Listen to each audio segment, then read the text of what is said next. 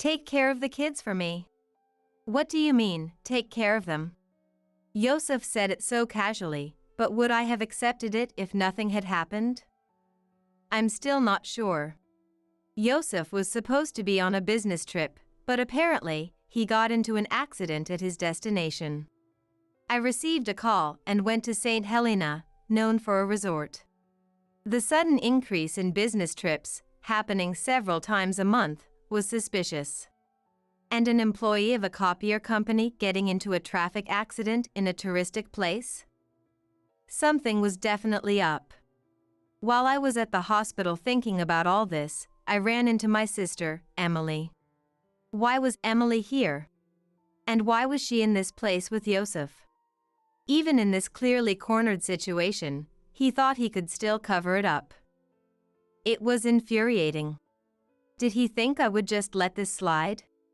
I have strong allies, so Yosef can't escape without consequences. He should face reality and reconsider his future actions. My name is Ivy. I'm a 33-year-old preschool teacher.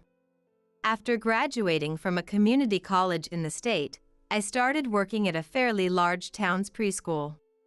Being a preschool teacher is more challenging than I thought, but being around the always smiling children somehow cleanses my heart. However, since I'm always dealing with children at work, sometimes I crave conversations with adults. Even when I want to have age-appropriate conversations with adults, I look around and see dozens of children. There are a few fellow teachers, but in front of the children, we are always just teachers. Work is busy, and it's hard to find time to catch up with friends from college. I don't have time to make friends with shared hobbies either, so I'm always Mississippi Sanders when interacting with others. I interact and connect as a teacher, not as an adult in an adult conversation. At my workplace, the preschool, I am just a teacher and nothing more. One day, a senior colleague handed over the task of managing the copier at work. It was a job previously handled by a teacher going on maternity leave, and it fell to me, the one who seemed the most idle and timid. Honestly, managing the copier was just an additional burden. I wanted to leave work early and have fewer tasks, so to me, it was just a chore. Handling the copier management, on top of my usual work, was unbearable. Making sure the copier worked smoothly, refilling ink, managing the paper stock. These were the most troublesome tasks. But I never imagined that someone who would dispel my gloomy feelings would appear. In the early afternoon, the preschool bell rang, summoning the person in charge of the copier to the office. Since it was nap time for the children, I informed my partner teacher and headed to the office. "Excuse me, I'm here to check the copier." At that moment, I felt a reaction as if an electric current had run through me. I didn't know why, maybe his looks? His voice? There was something indescribable. "Oh, yes. I'm in charge. I took over from the previous person. Nice to meet you." "Nice to meet you too. I'm from the copier company." My first impression of Yosef was strange. It wasn't the kind of feeling one usually has for a business contact. It was oddly familiar. "Oh, the girl from the morning. But you wouldn't know me. Do you sometimes stop by the convenience store near the bus terminal in the morning?" I remembered with that one sentence. "Oh, the one by the new snack section at the convenience store." Sometimes, I stop by the convenience store near the bus terminal to buy lunch or drinks. Depending on the day, I purchase different items, but when I go at a set time, there's always someone there. Just after entering the store, near the prominently displayed shelf of new products, stands a man intently choosing what to buy. That was him. "You know, I used to see you at the convenience store. I never imagined we'd meet like this." That's my line. I was curious about the new snacks, but I was also curious about the young lady I sometimes saw. Could such a thing really happen? Usually, I deal with children at work and have no opportunities to meet men, but I remember feeling a flutter in my heart at that moment. I don't think it's appropriate to talk about work here. How about exchanging contact information? If you don't mind, that is. Of course, I don't mind. I'd be happy to. On the day I was meeting with the copier company representative, we ended up exchanging contact information out of the blue. That became the catalyst for us to gradually get closer. As we talked about daily happenings and amusing incidents, he became someone I was increasingly interested in. At first, it was love at first sight for me. But as I got to know Ivy, I realized that being with her made me feel so at ease. Please marry me. I can't believe this day would come. I'm so happy. I thought I would spend my life dedicated to my work, growing older, but happiness suddenly came to me. Meeting again with someone I had passed by casually in the city, deepening our connection, and moving towards marriage. At that moment, I was at the peak of happiness, but at the same time, I had another thought in my mind. I won't end up like my sister, Emily. I will seize my own happiness. That's what I whispered to myself. My sister, Emily, is 2 years older than me. People think we must be close because we're not far apart in age, but that's a complete misunderstanding. I am the quiet type, if I do say so myself. I'm average in studies and fashion, and I decided to become a childcare worker simply because I love being around children. On the other hand, Emily is my exact opposite and spares no effort in being fashionable. She's always thinking about how to stay beautiful and how to dress up. In terms of social hierarchy, she was at the top, always wearing the latest trends, belonging to a group that others admired. Perhaps because of her social circles, she was always in relationships with men since her school days. Since she got her first boyfriend in the first year of middle school, Emily never had a period without a boyfriend. Right after graduating high school, she moved out to live with her then boyfriend. Eventually, she settled down at 25 because she had a daughter, but soon got divorced. We're connected on social media, so I occasionally check if she's doing well. She continues to post photos of herself all dressed up, but they leave me feeling a sense of emptiness. More than being a mother, she can't stand not being number one. Just like in her childhood, her surface is decorated like a facade. It's not about showing others how happy I am. I believed that weaving a life filled with true happiness with Yosef was what mattered. Right after getting married, I was happy. I loved coming home to the person I adored, eating dinner together, and spending peaceful evenings. Sharing what happened that day and laughing together felt irreplaceable.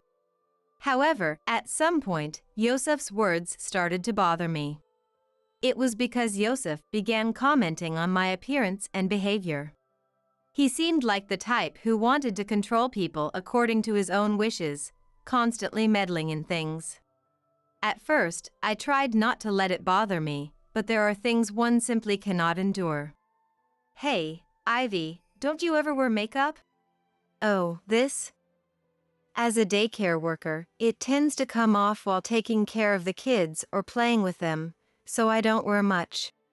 But showing up to work like that isn't right, is it? Is it really that strange? I've always dressed like this. That day, I was wearing a hoodie and jeans. Since I commute by bike to the daycare, I prioritize ease of movement and change into my work clothes before starting my shift, so there's no real problem. I've always commuted in this style. Most working women in their 30s don't go out in such casual clothes. It's like you're in loungewear. Really? I've always dressed like this, but why are you bringing it up now? He often complains about my clothes and belongings. Starting with my bag and outfit, he also criticizes my hairstyle and makeup, saying they're not feminine or appropriate for a working adult. Once, when we went out for lunch and stopped by a bookstore downtown, He picked up a women's magazine and said, "Hey, why don't you ever dress like this, Ivy?" It was a magazine targeting office ladies, with glamorous headlines and decorations on the cover. Winning dresses to catch his eye this summer, perfect $300 outfit for a summertime date, honestly, things far removed from my interests. Sorry, but I'm not really into this kind of thing. I don't wear such outfits for work, and they don't suit me. Oh, I see. So you have no intention of dressing to please me. With that, he became sulky. It's been 6 months since we got married, and just when he started saying strange things, he would suddenly get moody. I didn't understand what he wanted or was thinking. Since that day, our relationship has been somewhat strained. We only talk when necessary, with no room for enjoyable chats or lighthearted jokes. It feels like there's a cold breeze blowing between us. We haven't had a major argument, nor do I remember saying anything that warranted an apology. At this point, I can't pinpoint what caused the rift in our relationship. If there was a past argument or issue, we could work to resolve it, but honestly, I have no idea. If I had to guess, it might be because I refused to wear the clothes he wanted me to. Is that it? But since we live together, sharing the same space and time, there are moments when we can casually talk if the mood aligns. Just as a TV program about infidelity came on, we were watching together. The usual commentators and hosts were debating the definition of cheating and where the line between acceptable and unacceptable lies. Of course, I think cheating is absolutely unacceptable. I've even broken up with a past boyfriend because of his infidelity. Given that I don't tolerate cheating even in a dating relationship, I believe it's even less acceptable in a marriage to secretly engage with someone of the opposite sex. Casually, I brought up the topic with him. "Hey, this TV show is talking about cheating." "Yeah, well, everyone's got their own take on what love is." "Love takes different forms, that's true." Then Yosef started talking like a machine gun, as if trying to convince me. "I mean, seriously? A marriage certificate, just one piece of paper, and you're not allowed to love anyone else ever again? Isn't that weird? I'm just saying, what's wrong with some freedom in love?" Frankly, Yosef's words didn't sound like those of a married person. It felt like there was something hidden behind them. He might have had a reason for saying something so out of character. After all, is Yosef the type of person who wants to continue pursuing romantic interests even after getting married? And love isn't determined by the institution of marriage, but by the depth of your feelings, right? No matter how married you are, if you don't truly love the person, it's kind of pointless, isn't it? Hearing him say something like that made me wonder what marriage meant to him, and more than anything, it cast a shadow over my heart. It felt as if those words were directed at me, and I couldn't bring myself to look Yosef in the eyes.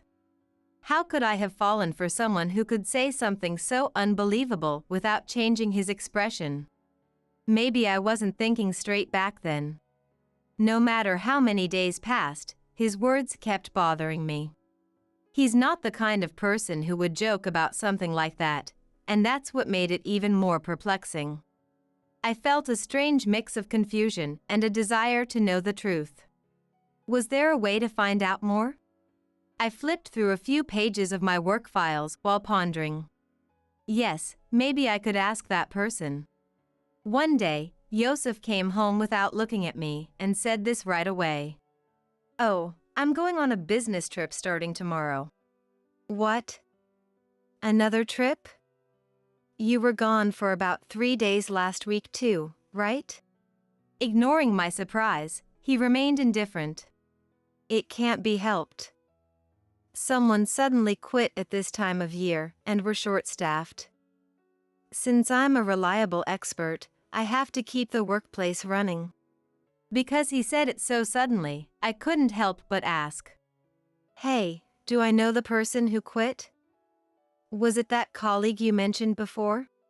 Yosef used to tell me about things that happened at work and funny stories, so I knew some of the people he talked about frequently.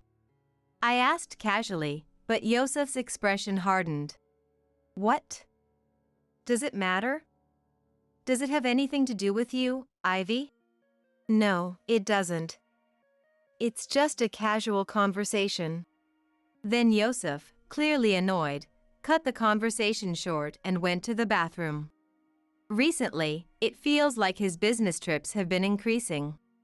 It's been 3 years since we got married, and there haven't been any notable changes like department transfers or promotions.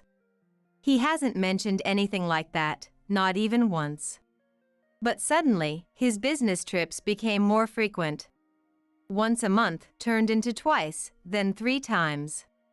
Now, there are weeks when he's away twice, sometimes he's gone for the entire week. The next day, before going to work, Yosef said something to me.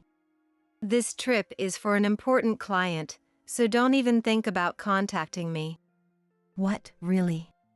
Telling me not to contact him no matter what seemed really serious. Got it? If my phone rings and I get distracted during a crucial meeting, it'll be your fault.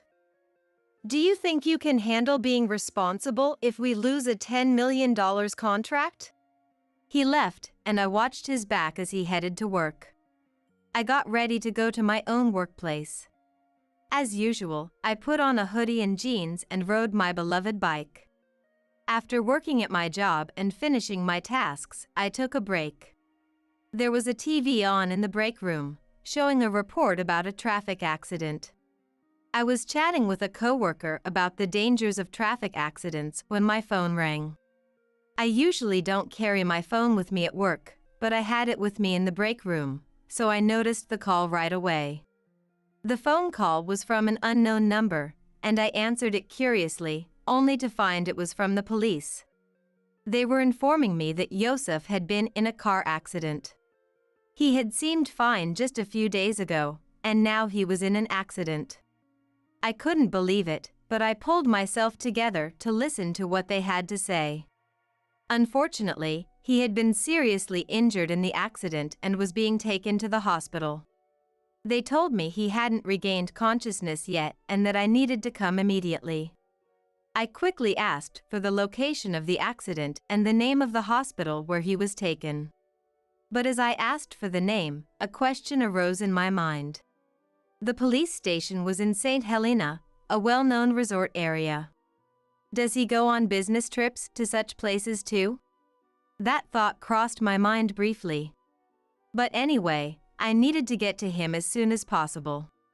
We can talk about everything else later. I talked to my boss, left work early, and took some time off to rush to Yosef's side. However, before heading to Yosef, there was something I had to do first. I made a call to a certain place. Soon, they told me they would send the documents to my home. When I arrived at the hospital, he was lying in bed. It took him 5 days after the accident to finally regain consciousness. The doctor told me that he had collided head-on with a truck, suffering significant injuries, and as a result, he was paralyzed on one side of his body. No way. Yosef, it can't be true. Sorry, but please take care of the 2 of us. I couldn't help but wonder. Take care of the 2 of you? What on earth was he talking about? It didn't seem like a joke given the situation, so I asked. Sorry, who do you mean by the 2 of you? Yosef had a momentary look of realization, as if he had slipped up. Who? Well, it's obvious, me and Riley. Riley was Emily's daughter, my niece. I had only met her a few times at family gatherings, but why was she suddenly being mentioned here? Why Riley's name all of a sudden? Well, she contacted me during my business trip and said that if anything happened to me, to take care of her. Riley contacted Yosef specifically? And the first thing that came to my mind was, why not ask Emily?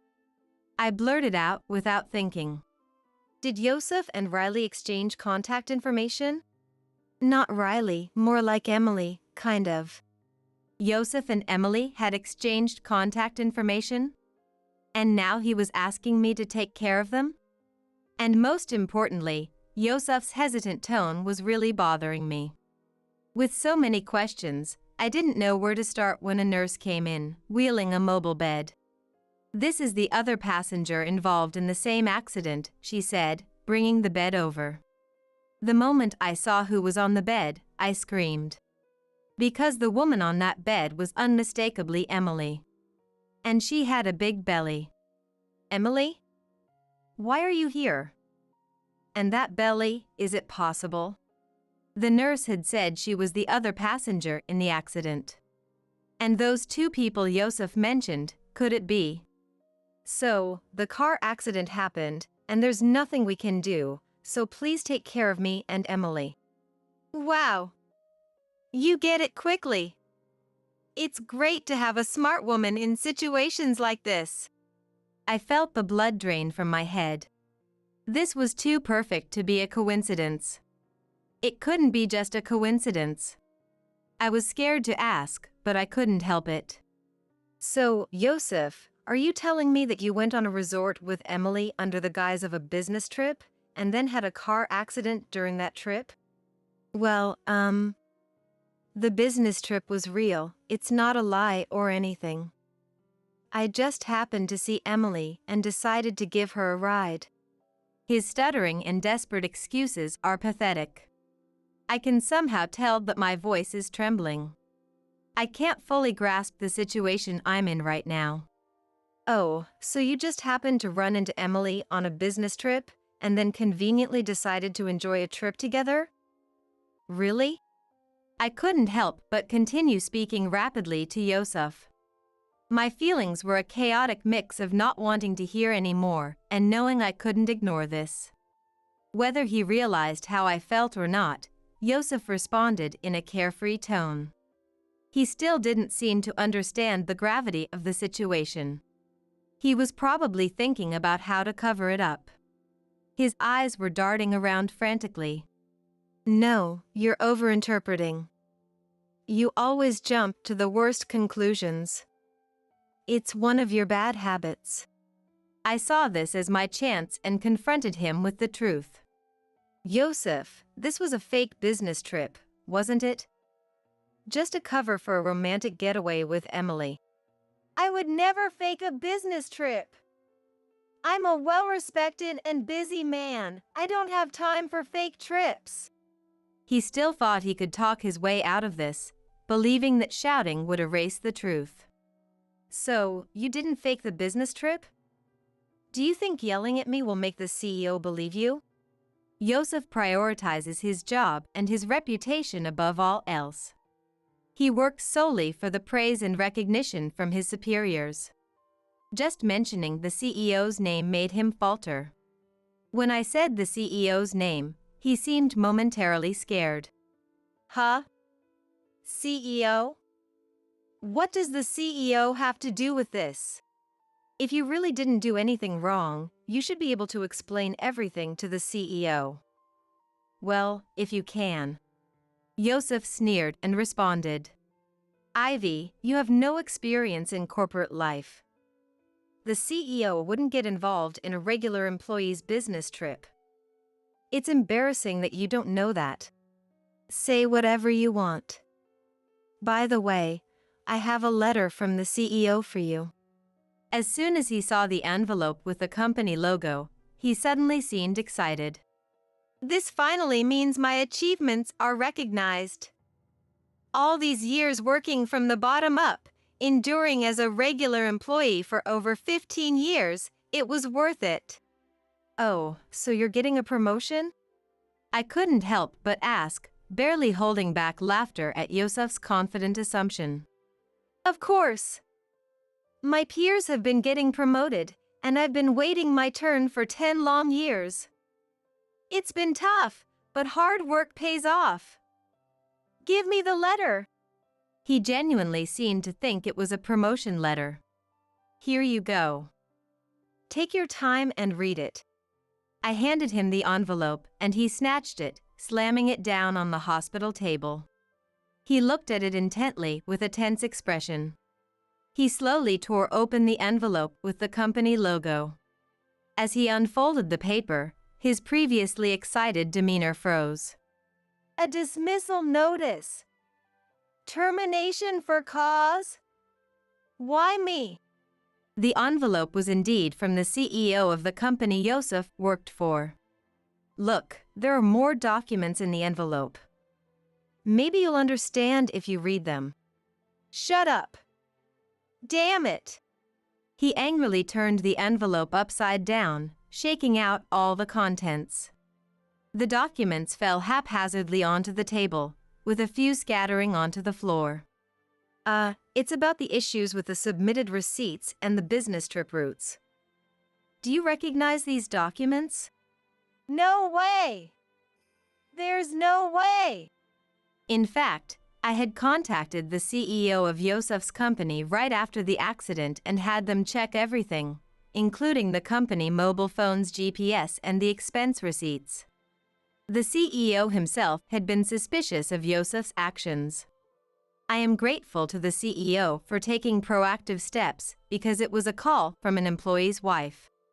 Thanks to the CEO's own involvement, we were able to gather solid evidence in an instant that Yosef couldn't overturn by himself. No matter how much he struggled, it was undeniable that Yosef had made a fictitious business trip and misused company expenses.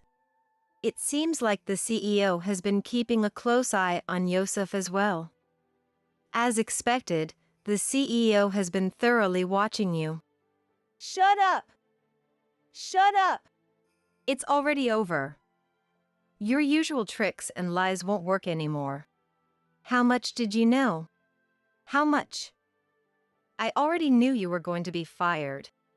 In fact, right after I asked them to start the investigation, the CEO had informed me that they were planning to fire him.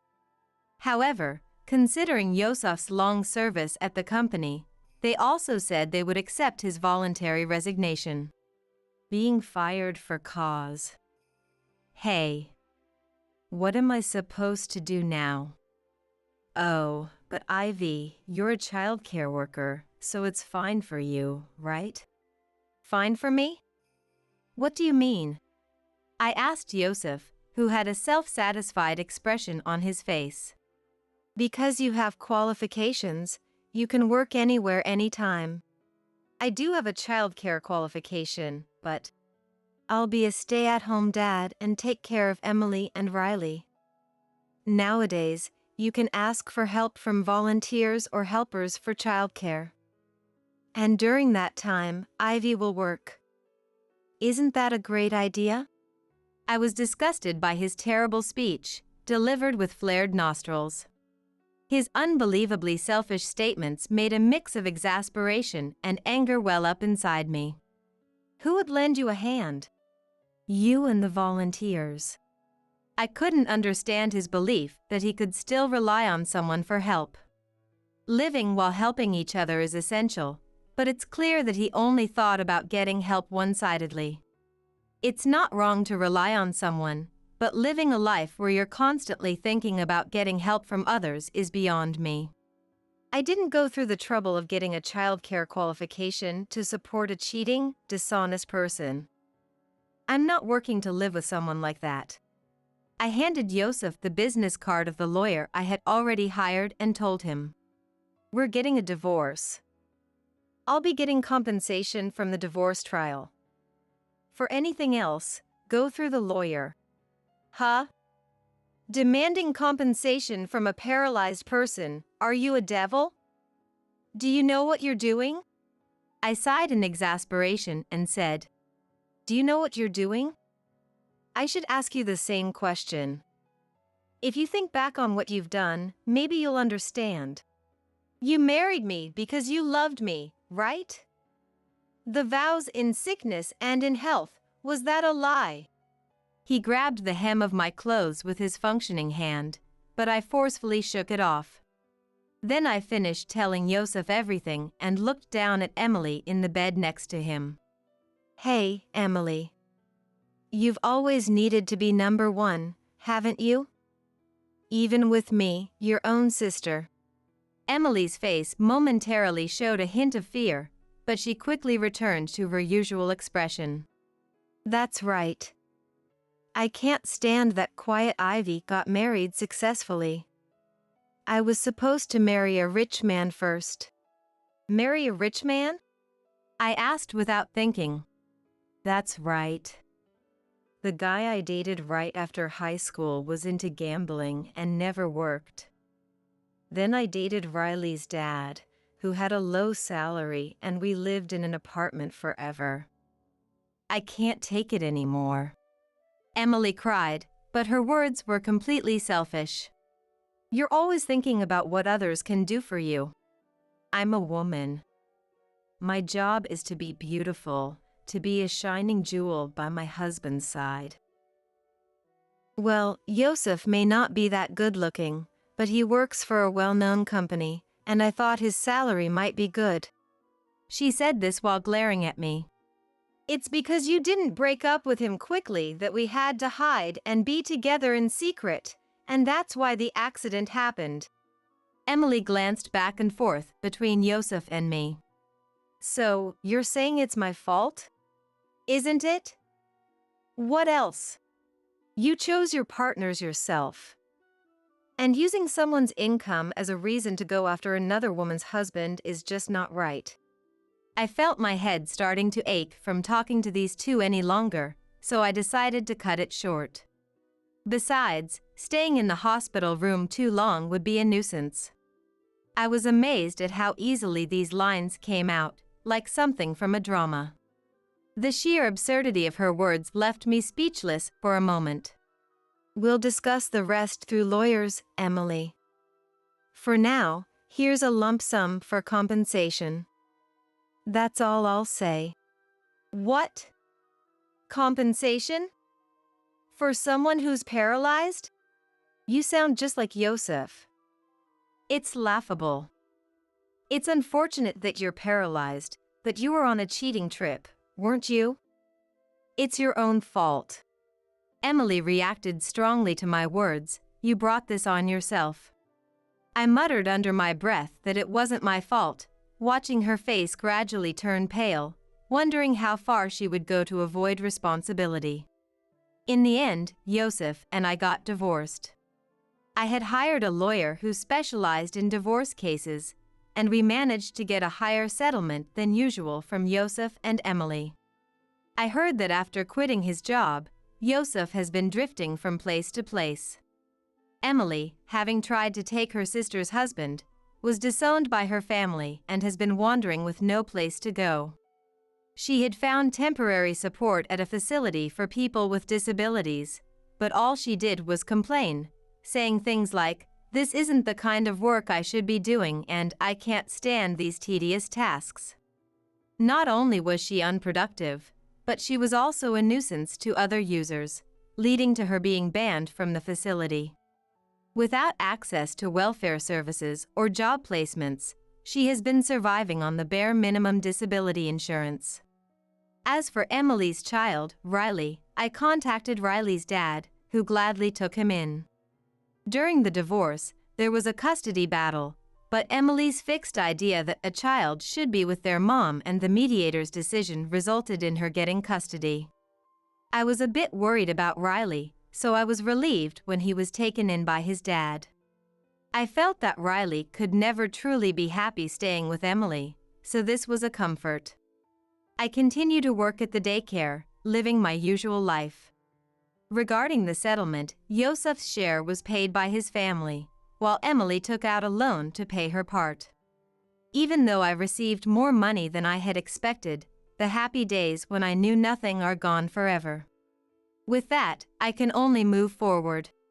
No matter how much I look back, I can't return to those days, so I must move on. Maybe quitting my job and traveling to a foreign country I've never been to might be a good idea. With all these thoughts running through my mind, I spend my days. That's right. No matter how much you try to inconvenience us, there's no way you'll cause any damage with your own funds. We don't need poor people from the bottom of the social ladder.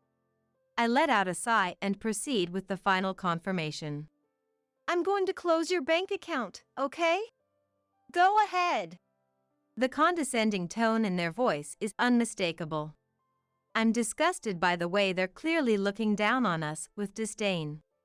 I think to myself that it's time to teach a little lesson to those who judge others based on their upbringing and background. With that thought in mind, I smile calmly. My name is Jennifer. I'm a 29-year-old company employee. Currently, I'm living a peaceful life with my mother while working. My father passed away from an illness when I was young. His chronic condition took a turn for the worse at a relatively young age. My father, who had his hands in various businesses, was always busy with work, leaving early in the morning and coming home late at night. Despite that, he cherished his family, and I have vivid memories of him playing with me on his days off. My mother and I were initially shocked when he passed away. However, my mother made sure to spend quality time with me so that I wouldn't feel lonely.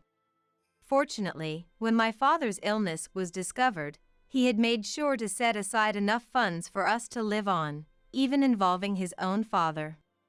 Thanks to that, I was able to attend university, and both my paternal and maternal grandparents were incredibly supportive of us. Especially my paternal grandparents, who lived nearby, doted on me whenever my mother was at work or away. Even now, I visit both sets of grandparents during special occasions and spend time with them. It's thanks to the support of so many people that I am where I am today. To repay the kindness of those who helped me, I took the entrance exams for a national university and landed a job at a major corporation. Originally, I had considered working at the bank where my father was supposed to take over, but my grandfather Thomas told me, "Do what you love. The bank has already been entrusted to someone else, so don't worry about it." So, I've been pursuing my passion ever since. Perhaps it's because I grew up in a fulfilling home environment where I could fully immerse myself in my hobbies, but I had absolutely no interest in romance. However, I've reached the age where most of my peers are married, and many of my friends have already tied the knot and had children. With that in mind, I had a fateful encounter that made me more conscious of marriage. Little did I know at the time that this encounter would escalate into a major incident. Hey, aren't you interested in love or romance? Huh? It all started with a single comment from Karen, a friend from work. She and I have been close since we started working together as colleagues. You know, I have an acquaintance who's having trouble finding a partner. He's got a pretty good educational background and is handsome too. Jennifer, you've got a great academic record yourself, so I thought maybe you two might hit it off. I've been thinking for a while now that it's such a waste for someone so impressive as you to be single. There are even a few guys at the office who'd love to date you. Karen has a wide social circle and always shares stories about various people. She lives with her boyfriend, whom she met through a friend's introduction, and they seem blissfully happy together. She's quite concerned about the fact that I never talk about my love life. I had confided in her about marriage before, so I decided to take her up on the offer. A few days later, I found myself meeting James, the guy Karen had introduced me to. We agreed to meet at a cafe. As I waited nervously, a man approached me and asked, "Are you Jennifer?" "Yes, nice to meet you." "You must be James, right?" "Yeah. Thanks for coming today." James looked at me with a blank expression. His eyes scanned me from head to toe. It felt like he was appraising me, and it made me a bit uncomfortable. He promptly sat down across from me and started talking. "So, Jennifer, what do you do for work?" "I work in sales at a company. I've always enjoyed interacting with people and putting my ideas to good use, so I chose a career in sales. It's a rewarding job, and I especially love the moment when a customer makes a purchase based on my recommendation and tells me with a smile that they're happy with it. What's the name of your company? I tell him the name, feeling a bit puzzled by his question. Upon hearing my response, James nods in acknowledgement and finally cracks a smile. Although, it's more of a self-satisfied expression than a genuine smile, and it didn't leave a good impression on me. The company I work for is a relatively large corporation. Our business performance is strong, and I believe our products are well trusted in the market. Since James had asked me a question, I decided to return the favor and ask him one as well. So, James, what kind of work do you do? James answered my question with a boastful tone. I work at a bank and I'm a department manager there. Our bank is huge and the work is quite complex. It's not something just anyone can do. But my dad is the president of the bank and I'm the heir, so I'm on a different level than regular folks to begin with. His words left me with an unsettling feeling in my chest. I had expected a normal response, but his oddly sharp way of speaking made me uncomfortable. The bank James worked for was indeed a major one. I actually knew about the bank for a certain reason, but I never imagined James held a managerial position there, so I was surprised. That's impressive. Your bank is a big one, isn't it? I deliberately complimented James. There was no need to be rude, and I didn't think we'd meet again in the future anyway, so I figured it was better than giving him a cold attitude. Perhaps pleased by the compliment, James showed a happy expression and continued boasting about himself. Honestly, listening to him talk was painful. He occasionally listened to what I had to say, but ultimately, he always steered the conversation back to himself. And he said some unbelievable things about the fact that I didn't have a boyfriend. You know, I'm quite popular with women. But the ones who approach me are always from the wrong family background or education level. I thought the problem might be his personality, but at this point, I was relieved, thinking I wouldn't have to meet him again after turning down my friend's offer. However, as time passed, James made a suggestion with a satisfied look on his face. I'd love to meet your parents, Jennifer. But we just met today. That's exactly why. The greatness of one's parents is important, and if we're going to date in the future, it's necessary, don't you think?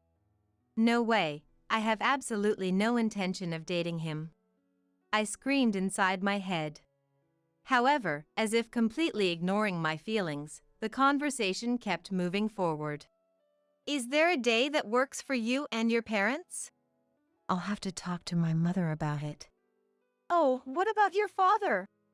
Taken aback by James's lack of reservation, I was overwhelmed by his forcefulness and continued the conversation. Well, my father passed away when I was young. Suddenly, James narrowed his eyes. As I waited for his response, he simply said, "I see," and fell silent with a pensive look on his face. Then, let me know when you find a date that works. I'll adjust my schedule to fit yours. Thanks. Shall we get going? Without waiting for my reply, James stood up from his seat. It felt like I was talking to someone from a foreign country with whom I couldn't communicate. Although I honestly didn't want to see him again, I couldn't refuse now that he had my contact information and brought up meeting our parents. I was also bothered by the contemptuous look in his eyes the moment I mentioned that my father had passed away. In the end, I was pressured into agreeing to introduce our families to each other at a later date.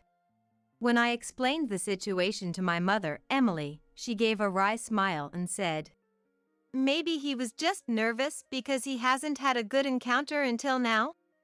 Even if he was nervous, the way he spoke was strange.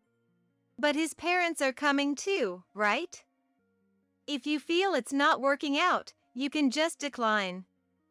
I'll go with you, so don't worry. Thanks, Mom.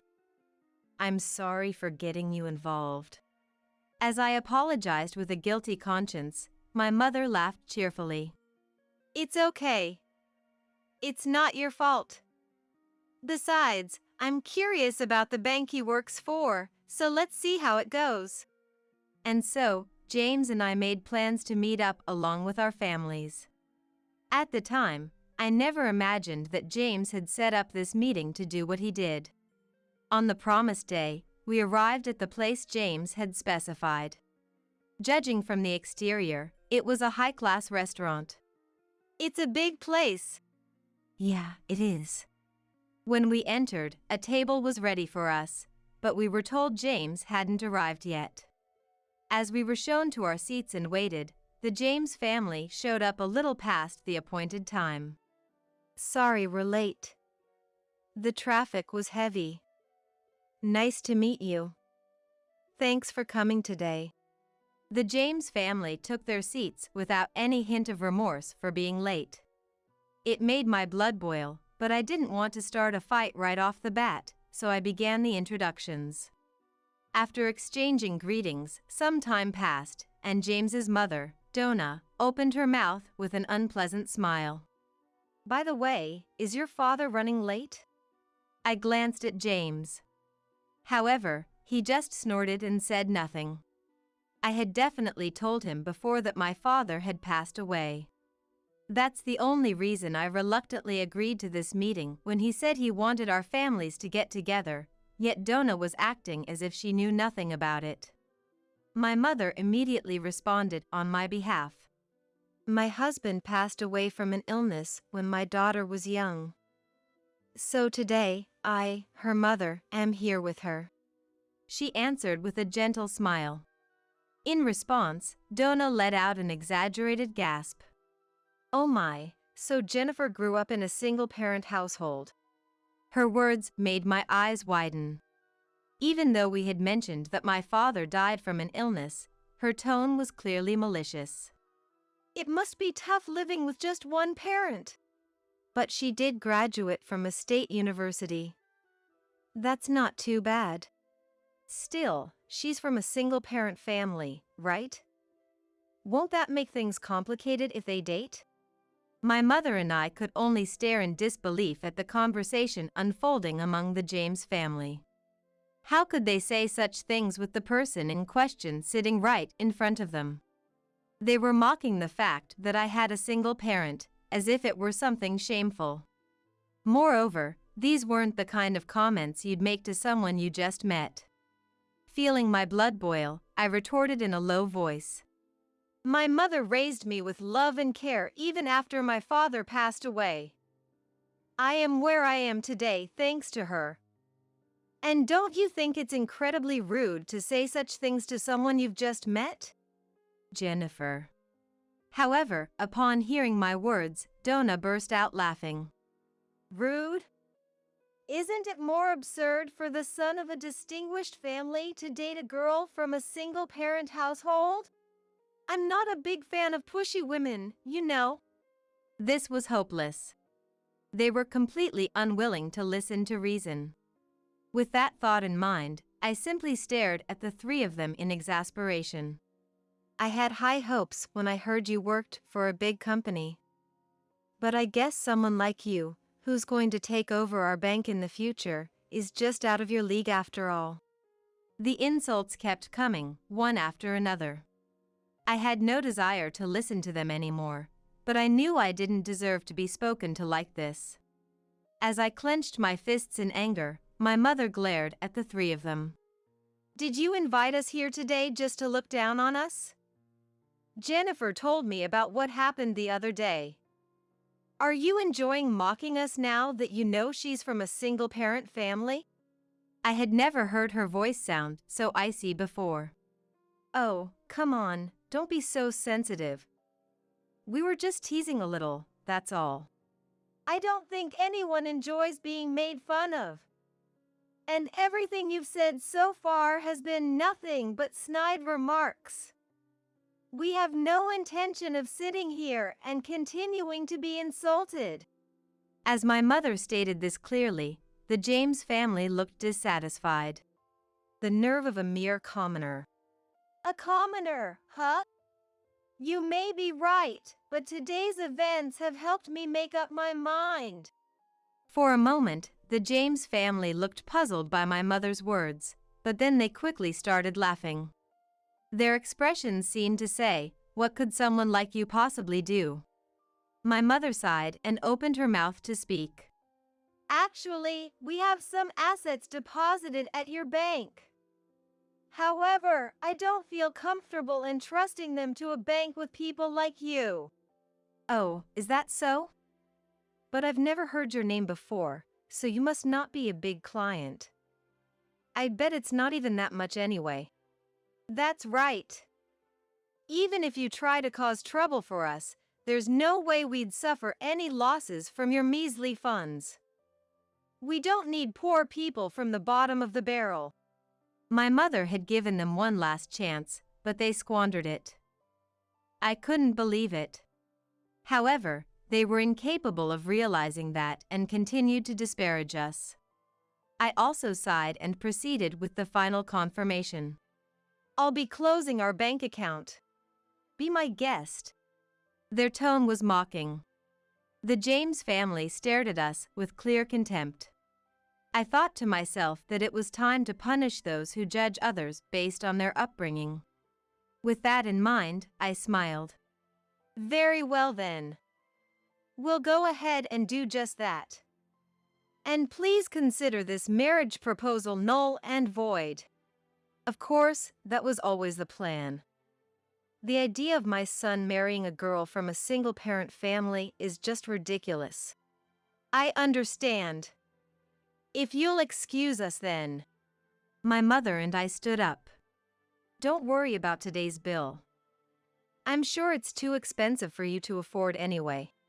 Is that so? Well then. And with that, our disastrous meal came to an end. Afterwards, we made a phone call to a certain place.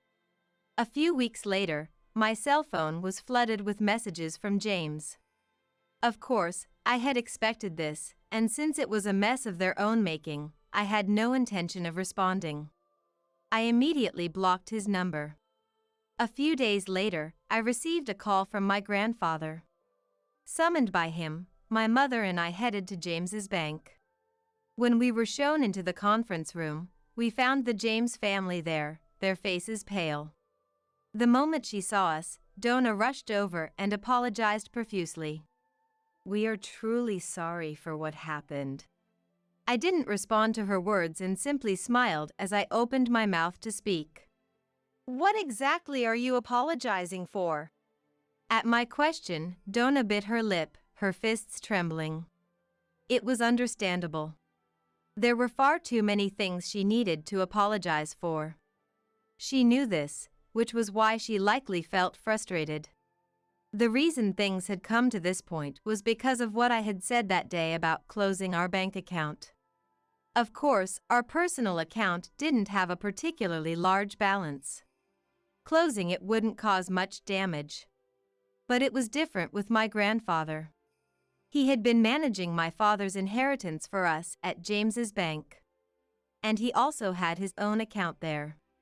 If we were to close all the accounts, including my grandfather's and my father's inheritance, the total amount would be around $700 million.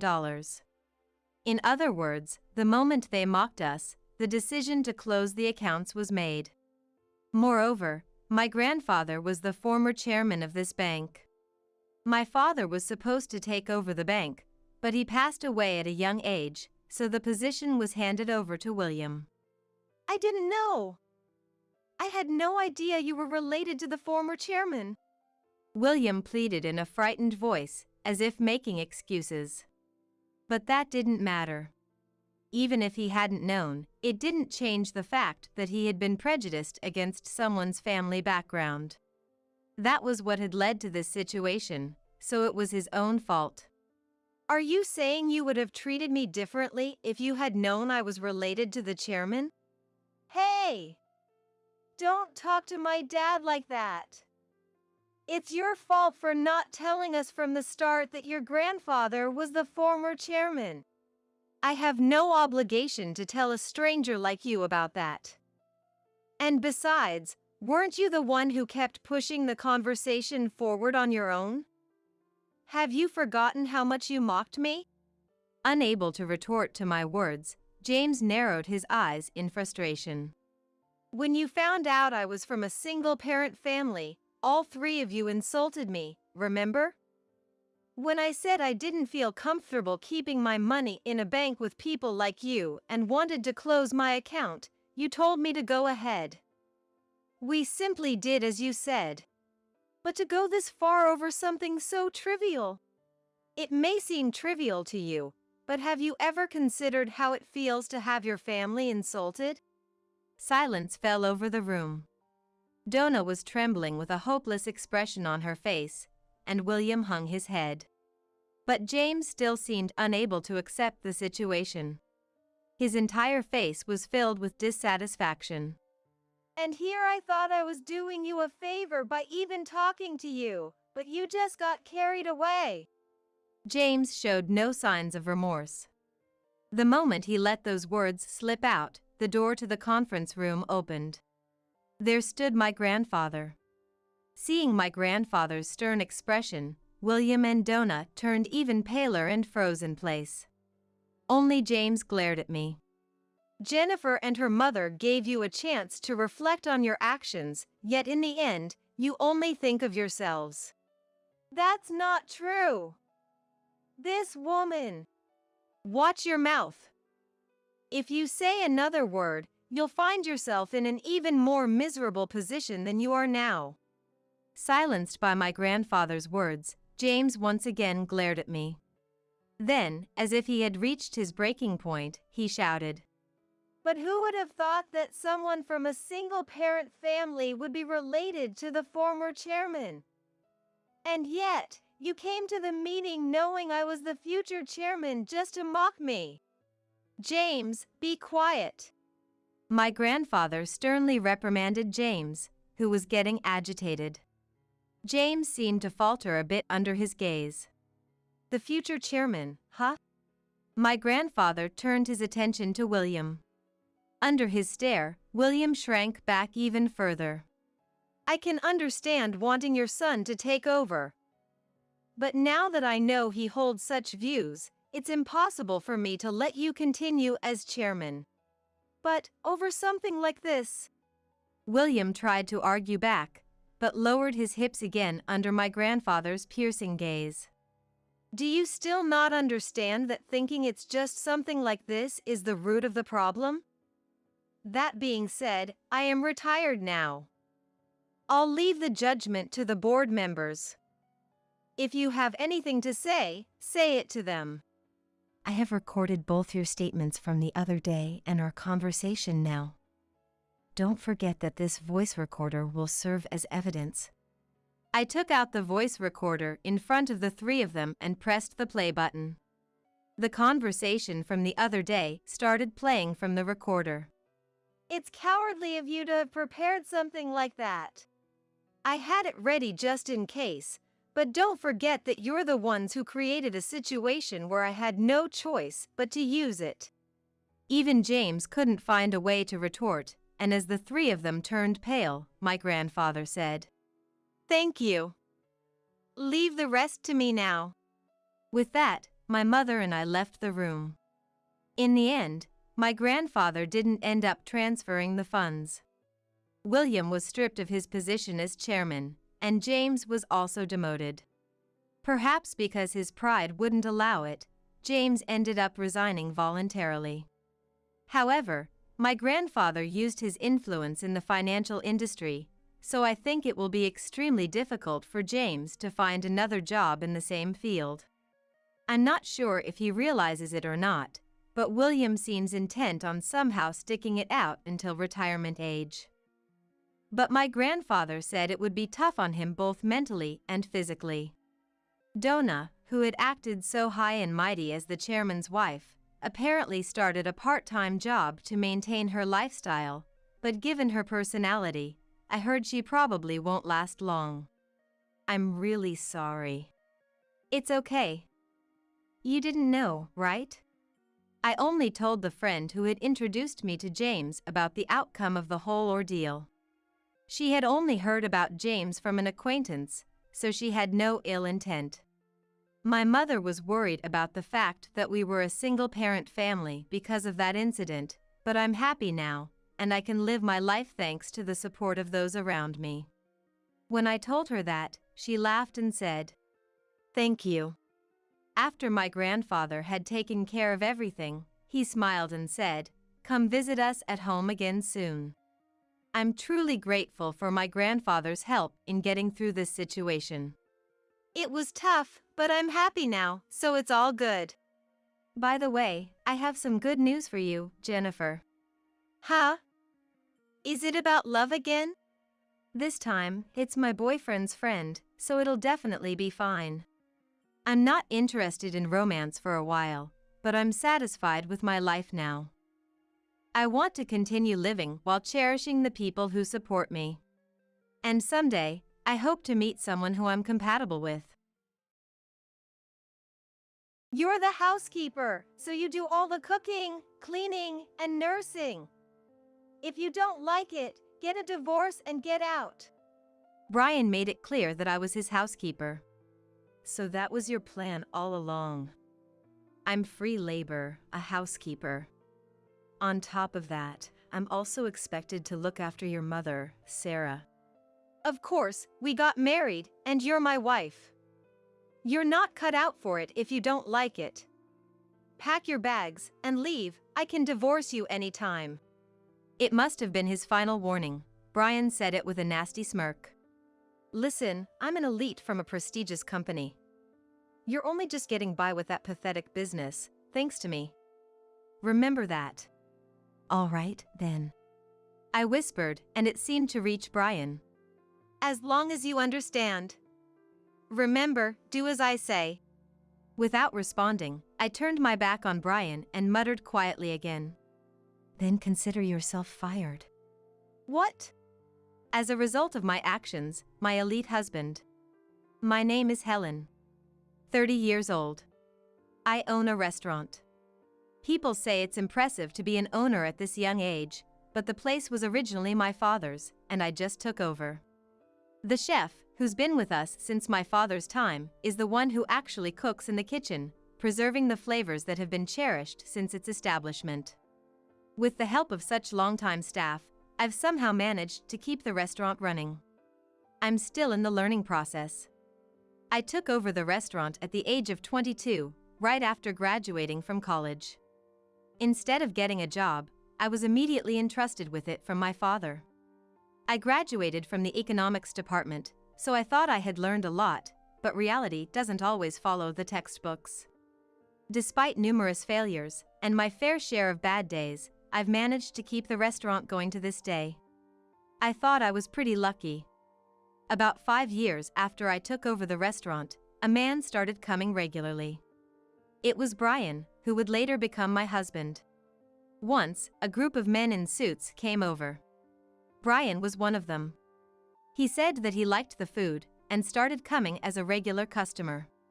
Brian and his colleagues were employees of a major food manufacturer, and they said they were visiting various restaurants for research. I've had my eye on this restaurant for a while, but I usually go to the bigger ones in town, or in the suburbs, so I always pass this place by.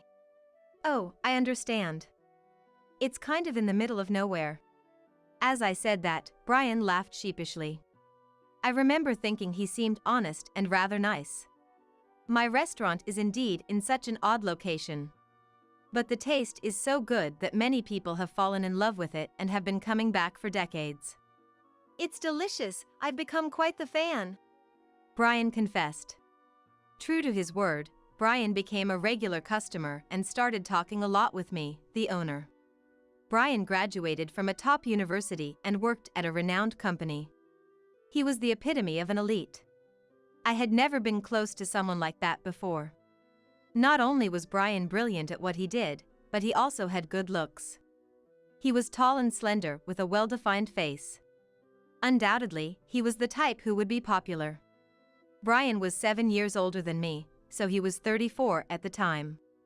I assumed he was married due to his age, but he laughed and said he was single. I've been living a life of work, and more work, and before I know it, I'm at this age. How silly of me. His easygoing manner, humorous conversation, and gentle tone made it seem like he wasn't an elite. Before I knew it, I had fallen for Brian. It was probably unrequited love. In his eyes, I was just the restaurant owner, and he was a regular patron. But then, out of the blue, he proposed to me. Helen, would you consider being in a relationship with me, with marriage in mind? I couldn't believe it. My heart was pounding. Could such a wonderful person really have feelings for me? It felt like a dream. Like Prince Charming had come for me. I felt like the protagonist of a fairy tale, and intoxicated by that dream, I accepted. A year later, I married Brian. But this fairy tale didn't end with, and they lived happily ever after. After we got married, the next chapter of the story turned into something much darker, like a picture book painted over completely in black. Hey, you're my wife now. You understand what that means, right? Brian said this soon after we started living together as a married couple. Yes, we got married, so I'm your wife now. I could only respond with confusion to his sudden change in tone. Then Brian suddenly raised his voice. What kind of a response is that? I'm your husband, so you should address me with more respect. A wife should respect and honor her husband, don't you even know that? I was too shocked to respond right away. What had happened? It was as if the Brian I knew had been replaced by someone else. A transformation from a prince to a tyrant. I wondered what kind of a witch had cast such a spell. Listen, I'm an elite, you know that, right? You have to become a wife worthy of me. Prepare yourself for the training I'm going to give you. From that day on, I was constantly ordered around by Brian. First, Brian demanded perfect housekeeping from me. Make sure the house is immaculate, ready for anyone to come over at any time. That's a housewife's job. Don't you dare embarrass me. My family ran a restaurant, so honestly, our house was never in a pristine state. My father was busy in the kitchen, and my mother was helping out too. There was no way we could manage perfect housekeeping. My parents did their best, tidying up and cleaning whenever they spotted a mess, but running a restaurant while raising me was overwhelming. My grandparents on my father's side lived far away, but my grandparents on my mother's side looked after me during particularly busy hours. That was how we managed to get by. I can't do that. I mean, I have my restaurant to take care of. Don't make excuses before even trying. You don't even want to make any effort. I managed to put the conversation to rest at the time by saying that I would try, but when I actually started, I realized that it was impossible. Look, I have the restaurant to handle, so can't we hire someone for the housework? It wasn't like I was saying I wouldn't do any housework at all. I just wanted to hire a housekeeper to make up for what I couldn't manage, but Brian didn't like the idea. Why should we waste money like that? The best thing about a housewife is that she's free labor. I was shocked by his words. Free labor, is that how Brian saw me? It became crystal clear at that moment. That little restaurant of yours, who knows when it'll go under? You're lucky you found someone like me to support you. Be grateful and serve me well. When we were dating, he had praised me for taking over the business from my parents at such a young age. That's one of the reasons why I fell for Brian. It might be a small place, but it meant a lot to me, and he had once praised my dedication to keeping it going. Just keep the restaurant as insurance. If need be, we can sell it. It's worth something even if it's small. But if it starts losing money, shut it down immediately. It's not worth keeping if it's running at a loss. That's what he said. So that's what you've wanted all along. I'll never let go of that restaurant, no matter what. Just do your best, but don't forget that I'm only allowing this to be your little hobby because I feel sorry for you. Remember, it's because I care about you. Brian said while laughing. From that day on, I started thinking about getting a divorce. But I still had some affection for Brian. I wanted to prove him wrong and make him apologize. I was sure he would understand someday. I worked like a horse with these mixed feelings. Indeed, it's a small restaurant, sustained mostly by regulars. Nowadays, most people opt for chain restaurants which offer the same taste wherever you go. That's why big chains thrive. But there will always be those who seek a nostalgic taste. That's why I want to keep the restaurant going. That desire never fades. While maintaining a seemingly peaceful marriage on the surface, I worked hard for the day I would prove Brian wrong. And to that, Brian half mockingly, half amusedly would say, "Wow, you're really trying hard, still keeping that restaurant going, huh? I thought it would fail soon." "Well, as long as you take care of the house, you can keep going." I was already doing it without being told. Every morning, I'd wake up early to prepare breakfast for Brian, wake him up, and see him off, then rush out of the house. I'd spend a busy day at the restaurant, and then after closing, I'd shop for groceries, come back home to cook dinner, and clean. When Brian returned, I'd serve him dinner, get ready for a shower, do the laundry, prepare for the next day, and take care of anything else left to do. I was cutting back on sleep, scheduling every day tightly to manage everything without wasting a moment. "If the house ever gets messy, I'll make you close down the restaurant immediately and sell it." Brian was probably waiting for that day. I could feel it. Perhaps he married me intending to have a housewife with assets who provides housekeeping services for free. Back then, I was infatuated with Brian. He knew that and thought I'd never stand up to him. That's probably why he chose me.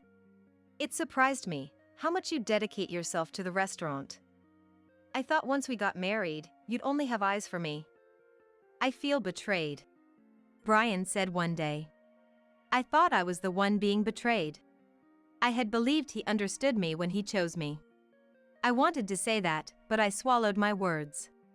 And then things got worse. "My mother has fractured a bone and is hospitalized. Sarah." Brian's parents live in the neighboring state. I don't want to say this, but like Brian's true colors, they are not the most pleasant people. Brian is our pride and joy. A graduate from a top university, working at a leading company, an elite man. You've been chosen by Brian, so you should be grateful and serve us well. Helen doesn't realize her luck. Someone married to our son, Brian, should be greeting us in a fancy cocktail dress and a bottle of decent wine. That's right. It's just as I expected. A daughter of a restaurant owner must be poorly educated. That was the first thing they said to me when we met. Not only were they rude to me, but they insulted my parents too. I was about to say something back when my anger got the better of me, but Brian intervened to settle the matter, so I decided to keep my mouth shut for the moment. "Come now, Helen is still young. It's understandable that she lacks in certain areas. Think of it as having a potential to grow." I should have realized the true nature of this family at that point, but back then, I was convinced that Brian was protecting me and that he was on my side. After that, my in-laws continued to make snide remarks every time something happened. "I can't believe Brian married a restaurant owner's daughter." Right, someone like Brian could have married a daughter of a CEO or an executive. Think about that, Helen. Be a good daughter-in-law to us. My in-laws seemed to think that only those working in big corporations like Brian were successful, and anyone in other professions, especially the service industry, were second-class citizens. But even so, Sarah's injury is unfortunate. I'd have to at least pay her a visit. But then Brian said something shocking. "It's a femur fracture. She'll need hospitalization and rehabilitation for a while after surgery.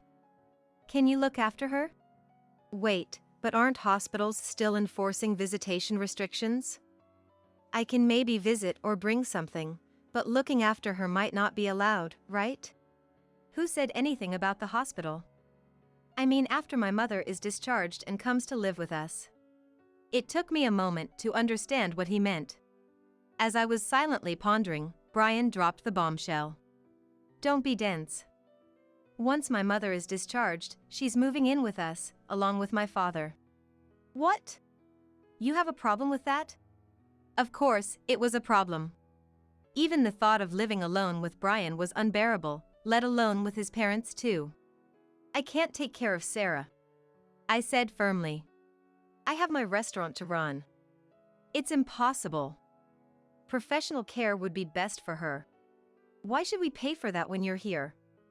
Then, close down the restaurant. Sell it and use that money for the family. Brian made an outrageous demand. I won't sell the restaurant. And I won't take care of Sarah. You're the housekeeper, so you do all the cooking, cleaning, and nursing. If you don't like it, get a divorce and get out. Brian made it clear that I was his housekeeper. So that was the plan all along. I'm free labor, a housekeeper. On top of that, I'm also expected to look after your mother, Sarah. Of course, we got married, and you're my wife. You're not cut out for it if you don't like it. Pack your bags and leave, I can divorce you anytime. It must have been his final warning. Brian said it with a nasty smirk. Listen, I'm an elite from a prestigious company. You're only just getting by with that pathetic business, thanks to me. Remember that. All right, then. I whispered, and it seemed to reach Brian.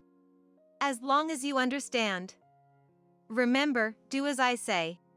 Without responding, I turned my back on Brian and muttered quietly again. Then consider yourself fired. What? Brian didn't hear it clearly and asked again, but I didn't bother repeating myself. I need to get things ready, so I can't do it right now. Fine, there's still time before my mother is discharged. They say she needs at least a month in the hospital. If you're ready by then, that's fine. Brian must have thought I had agreed and went to the bedroom, satisfied. I had been preparing for this for 2 years. Everything had been for this very moment. But even so, I still had hope. That Brian would return to the man he was before we got married. I didn't want to believe that the person I loved so much, that those happy days, were a lie. That's what I thought. But all my hopes were shattered. I had to make up my mind. I was ready. Hello, it's Helen. No, it didn't work out. It can't be helped. Let's take action. I made a call to someone, ready to move forward.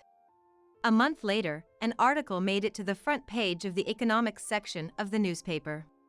The story was that the food manufacturer for which Brian worked for was about to be acquired by a restaurant group in a large stock buyout. What the hell is this? In frustration, Brian yanked the newspaper from side to side, tearing it in half. This is a joke. We're a leading company. And now they're selling us out to some stupid restaurant group. Brian crumpled the torn newspaper and hurled it against the wall. Damn it, what's gonna happen? This can't be true. Brian turned on the TV as if waking from a nightmare, only to see the same news. It seemed the acquisition was real. Damn it, how did it come to this? Brian slumped down on the sofa and ruffled his hair in frustration. There's nothing we can do about what's already happened. Here, take this. What's this? Brian looked at what I offered him and his eyes widened in shock. He seemed very surprised. What is this? It's a divorce petition. I can see that. What the heck do you think you're doing giving me this? Brian crumpled the divorce papers and threw them too. That too, after the newspaper? No matter how much you crumple it, nothing will go back to how it was. Why do you want a divorce? I demand an explanation. Are you kidding? Have you forgotten? You're the one who mentioned it. Brian went silent, likely remembering his own words.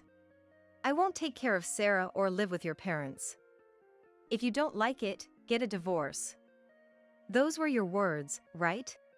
I did say that. But well, I was bluffing, thinking you wouldn't listen to me otherwise. So it was a threat. Brian didn't respond. I married you because I loved you. I trusted you. But you deceived me and betrayed me repeatedly. That's why I've decided to get a divorce. I took another divorce petition from the file and placed it in front of Brian. I have spare copies, so feel free to crumple that too. If I run out, I can get more or download it and print it out. We live in such convenient times. Brian stared at the divorce petition placed before him again. This is a lie, right? He looked at me with pleading eyes. No, it's true. This is reality. You're not that kind of woman, right? You wouldn't do something so cruel when I'm so vulnerable. It seemed like he wasn't going to accept it so easily. Think about what you've done, and what you've tried to do to me. Which do you think is worse? I took my time to tell Brian. Do you remember what you said after we got married? That a wife should respect and honor her husband? Brian didn't respond. I respected you even before we got married. That's why I decided to marry you. But after hearing those words, my respect for you vanished. People who trample on others are also trampling on their own feelings. Brian looked down, silent. You saw me only as free labor, a housekeeper. And the restaurant I cherished, you saw as an asset to cash in. I realize that, but still, I loved you. Helen. Brian looked up at me with hope. I'm sorry. I didn't realize you cared about me so much. That's why I acted harshly.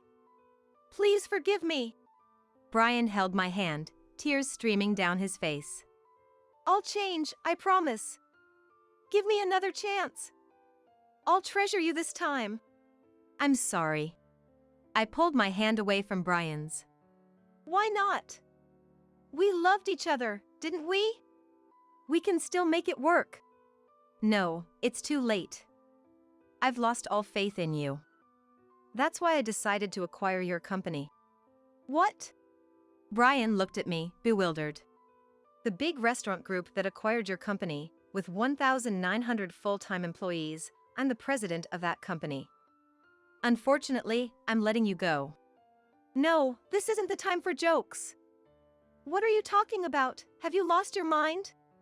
Brian half laughed, but it was the truth. Never mind that for now. Here, take this.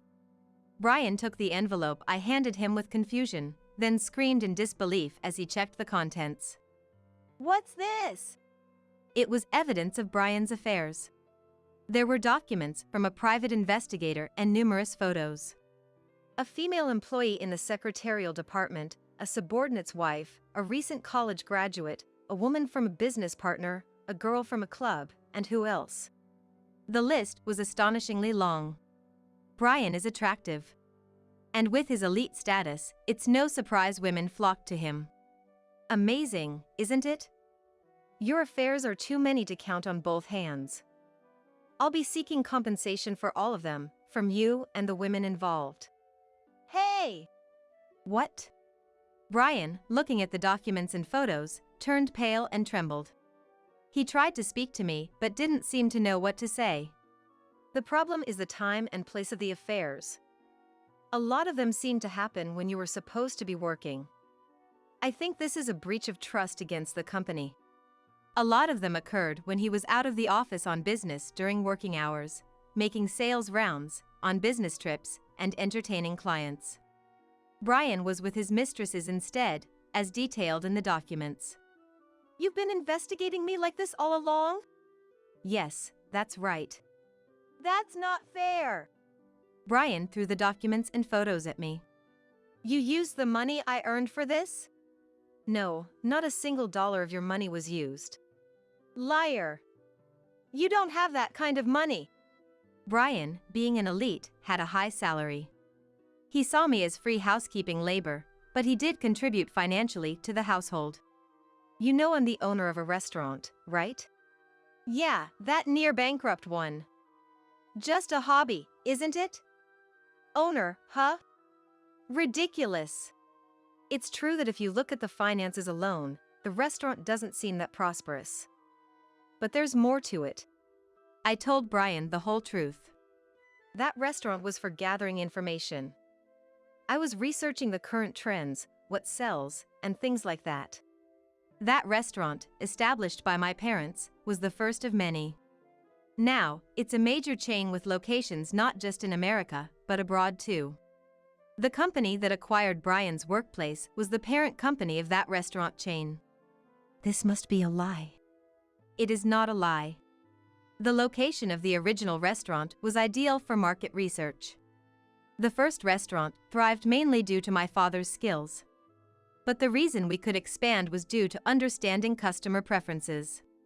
You never talked about your family business like this before. You tricked me. I didn't trick you. I just didn't tell you.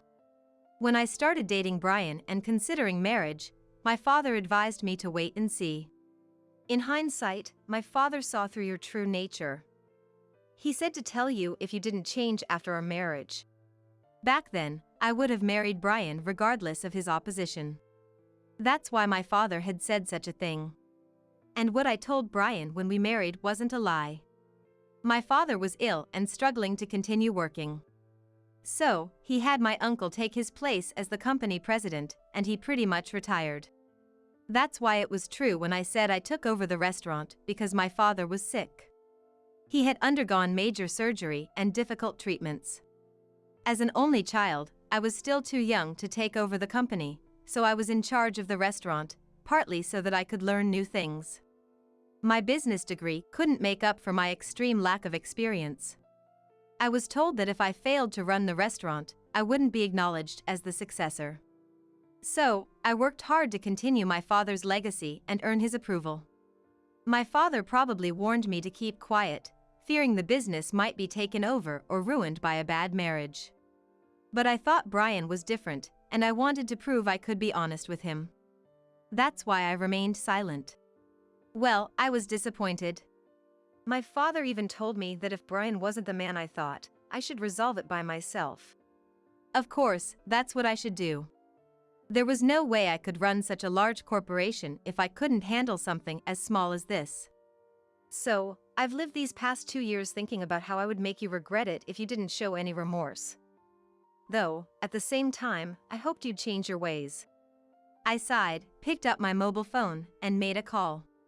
The person on the other end answered right away, so I just said what I needed to and hung up.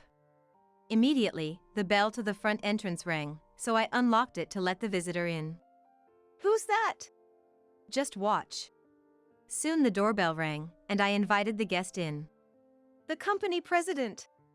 It was the former president of the company Brian worked for, soon to be mine. The former president bowed stiffly to me. Please proceed. The former president silently handed Brian a document. Termination notice. It was an official document. Brian was being fired for misconduct, including meeting women during work hours and charging personal expenses as business entertainment. In exchange for firing Brian, I promised the former president that he could continue as the company's president, and he agreed to the condition. Even minor misdeeds can accumulate into a major offense. What you did constitutes a serious breach of trust. It's only fair that you're dismissed. Brian stood in shock, but I had no intention of letting him off the hook. If you understand, would you please leave now? Why should I? This is my house. This place is rented, right? The landlord says you can't stay here anymore. He doesn't want to rent it to you. Brian looked completely confused. I decided to elaborate further. I bought this apartment. And you seem to have forgotten, but the lease was only until last month. So, you no longer have the right to live here. I don't plan on renewing the contract. Brian was speechless. We'll have to decide on asset division and who gets which furniture, but for now, I don't want to see your face. Could you go back to your parents' house? Sarah is about to be discharged from the hospital, isn't she? Sarah was scheduled to be discharged in a few days after a month-long stay in the hospital. Go back and prepare for Sarah's return. We'll communicate through our attorneys about what comes next. Please take him with you. I handed Brian over to the former company president. If you come back, I'll report you for trespassing. Even though we're not officially divorced yet, if the landlord says no, it's a no. Brian left the room with the former company president silently. There was still more work to be done, but I have reached the end of a chapter. After Brian went back home, I started receiving calls persistently from my in-laws, having heard about the divorce. Helen, you're so amazing. Why didn't you tell us? You truly are our son's wife. We are so proud of you. Getting a divorce must be a joke, right? Helen, you loved Brian so much. Can't you forgive a fling or two? That's just men being men. At first, they were arrogant, but when they realized my resolve to get a divorce was firm, they resorted to threats. You got Brian fired. What are you going to do about that? We'll demand compensation. What you did is unthinkable for our son's wife. Hiring a detective to investigate your husband's behavior. Imagine how it would affect your reputation if it gets out. When I confidently told them to go ahead with claiming compensation and leaking information about me, they finally shifted to begging. Helen, I'm really sorry. It felt like you took Brian away from me, and I acted spitefully. Please understand. What are we supposed to do if you leave us? I apologize if I upset you. So, please forgive Brian. If you can't forgive him, how about just us? We were family once, after all. Of course, I refused everything they had said to me. I've said it over and over again, but I'm divorcing Brian. If you keep pestering me, I'll report you to the police and consider taking legal action. After consulting with my attorney, we sent them a formal warning, and they finally stopped contacting me. I made sure Brian paid the compensation. And I ensured it was paid from the assets we divided. Luckily, his high salary meant he had savings. Now jobless and without savings, he's back living with his parents.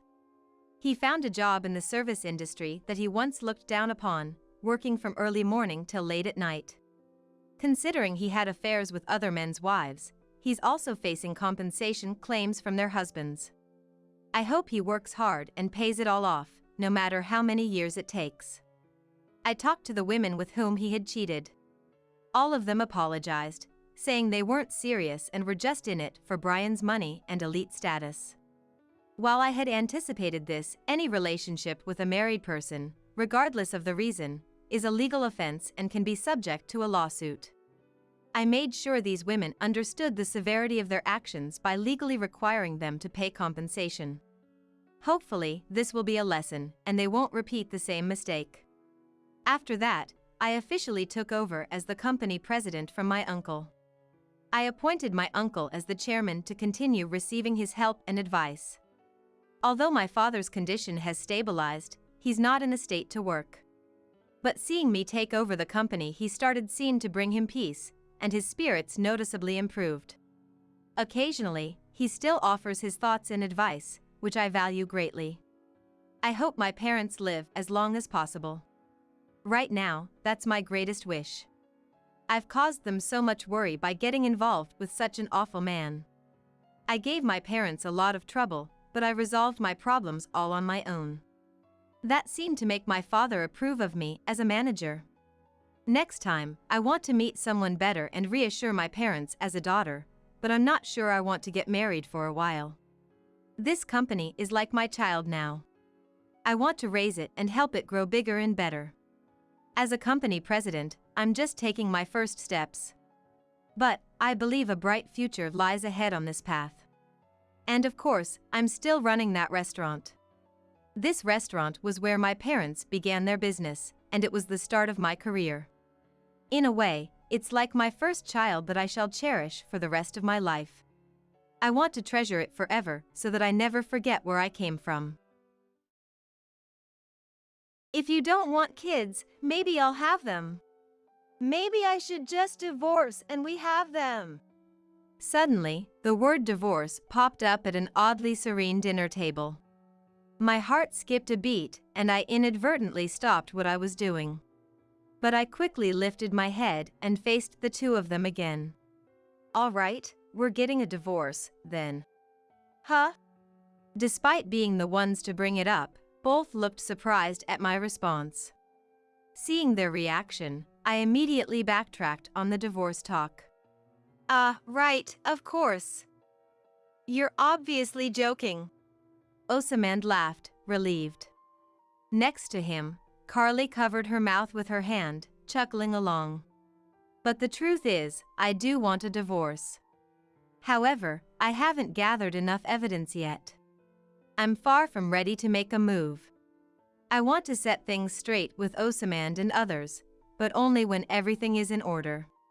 This conversation only made me more determined than before. Yeah, just kidding. I joined in on Osamand's laughter, making sure not to let on that I'm serious about wanting a divorce. My name is Lena. I'm 27.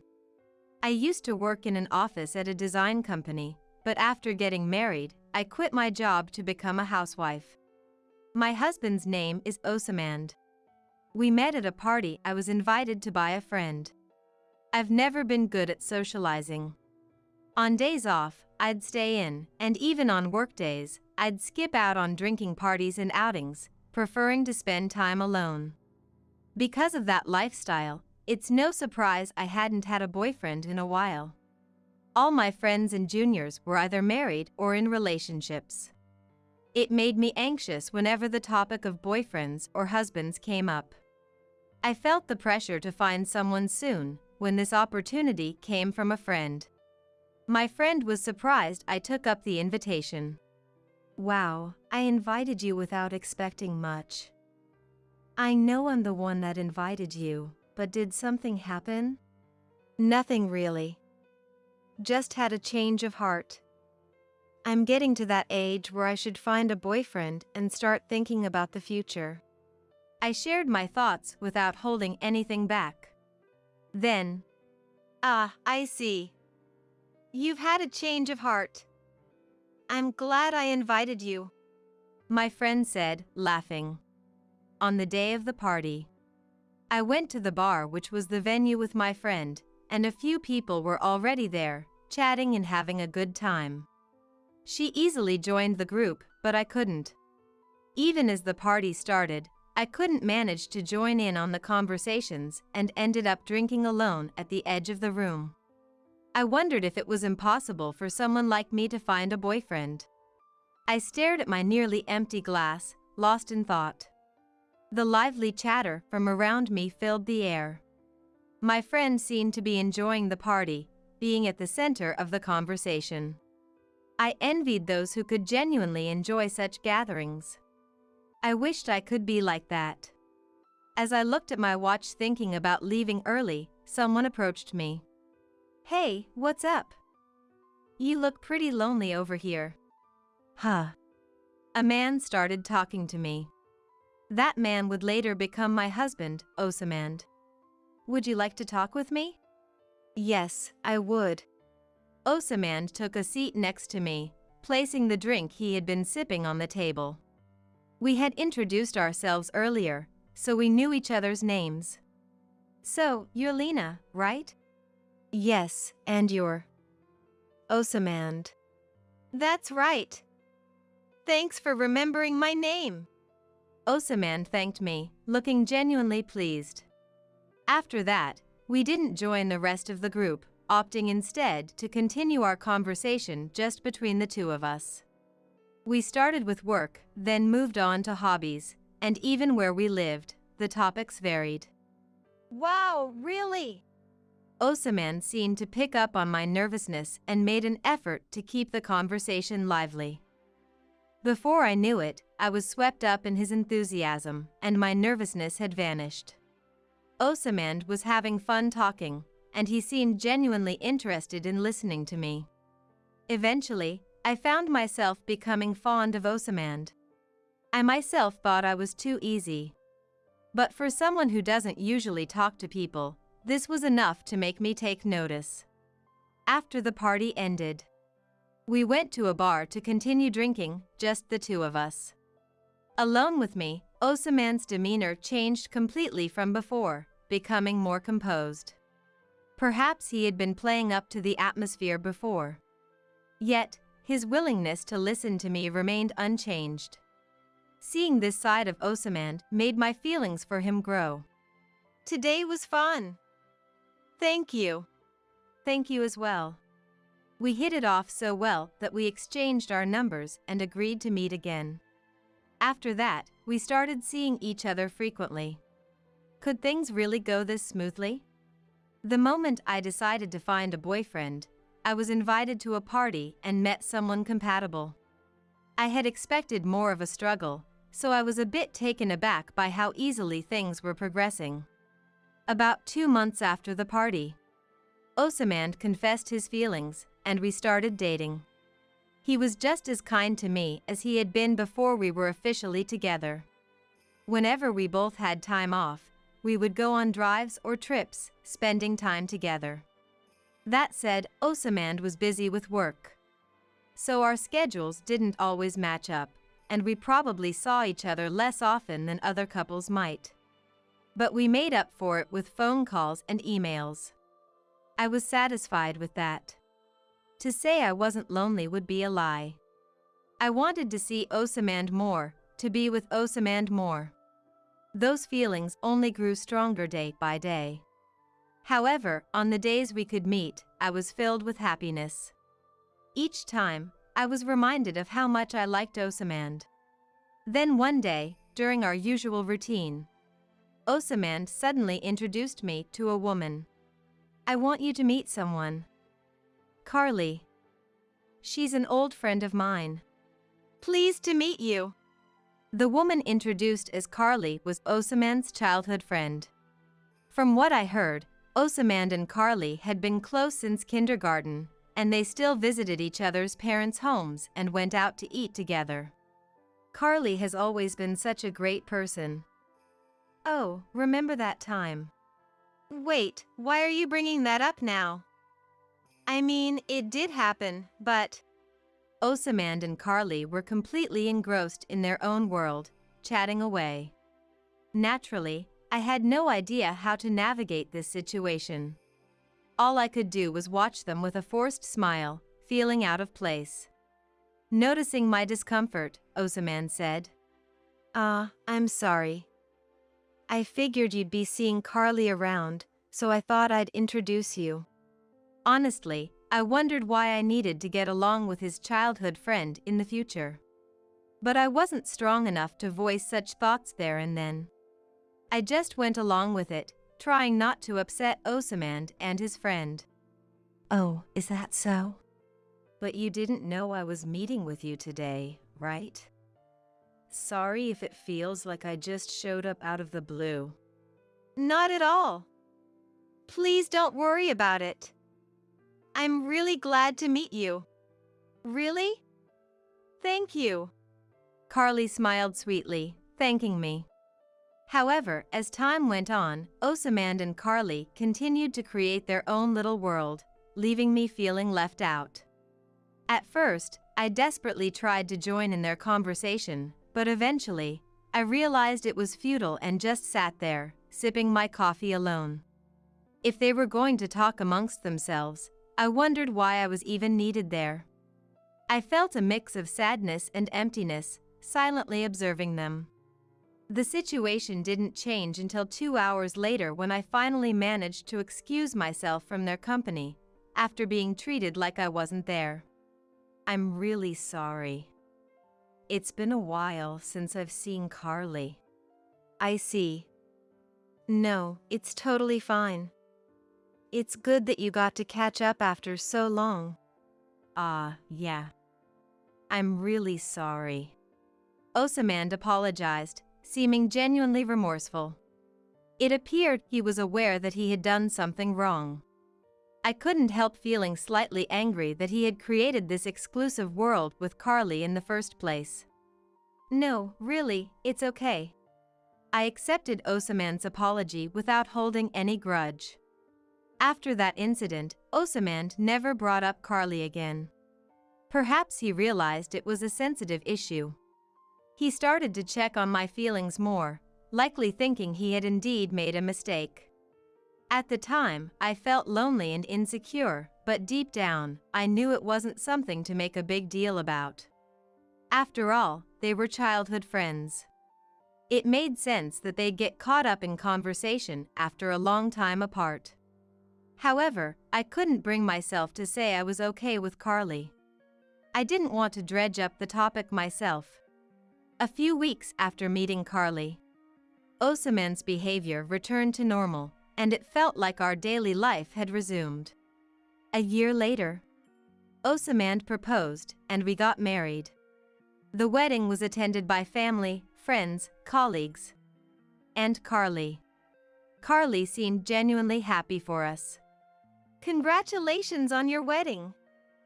I'm sure you know, but Osaman is really a great guy, and I believe you'll be very happy together. Thank you. Carly made a point to come over to me and speak. Her smile was a complex mix of happiness and loneliness. After the wedding, we returned to the new apartment we had rented as a married couple. Though we were already officially married and lived together, I remembered when we moved in and felt somewhat embarrassed. Osaman was right there beside me. Just the thought of being able to share the same space with him from now on filled my heart with joy. I couldn't help but smile at the thought of our future together. I wanted to spend forever with Osaman. However, this happy life did not last long. Even after marriage, Osaman was still busy with work, but he made sure to spend as much time with me as possible. Except for when he had work dinners or special occasions, he would always come home before the date changed, and despite being tired himself, he would offer kind words to me as I did the housework. He was with me all weekend, taking me on trips and shopping. It might have seemed ordinary, but I felt truly happy with just that. But then, suddenly, a certain person started to intrude on our lives, significantly changing our routine. It was during a weekend shopping trip in town with Osaman. I spotted a familiar figure. It was Carly. She had seen us too and hurried over with a happy expression. Hey, Osaman, Lena. Carly. What a coincidence! As I was about to greet her, Osaman casually reached out and tousled Carly's hair. Hey, Osaman. You're messing up my hair. Sorry. I just can't help it when I see you. I understood that they were close, but seeing them like this pained my heart. Osaman didn't seem to think it was a big deal, and Carly didn't seem to mind. They started talking without paying any attention to me, reigniting a sense of emptiness within me. I didn't know what to do, so I just looked at nearby products and thought vaguely about where to go next. Despite being able to see me, Carly continued to talk to Osaman without any concern. The conversation lasted about 10 minutes before ending. Sorry. I didn't realize you two were on a date today. My bad. It's fine. Right, Lena? Yeah, it's fine. Unable to deny it, I pretended not to mind. Since that day, Carly began to appear more frequently wherever Osaman and I went out together. I thought it was a coincidence the first 2 times, but after it kept happening, I couldn't help but think they were arranging it behind my back.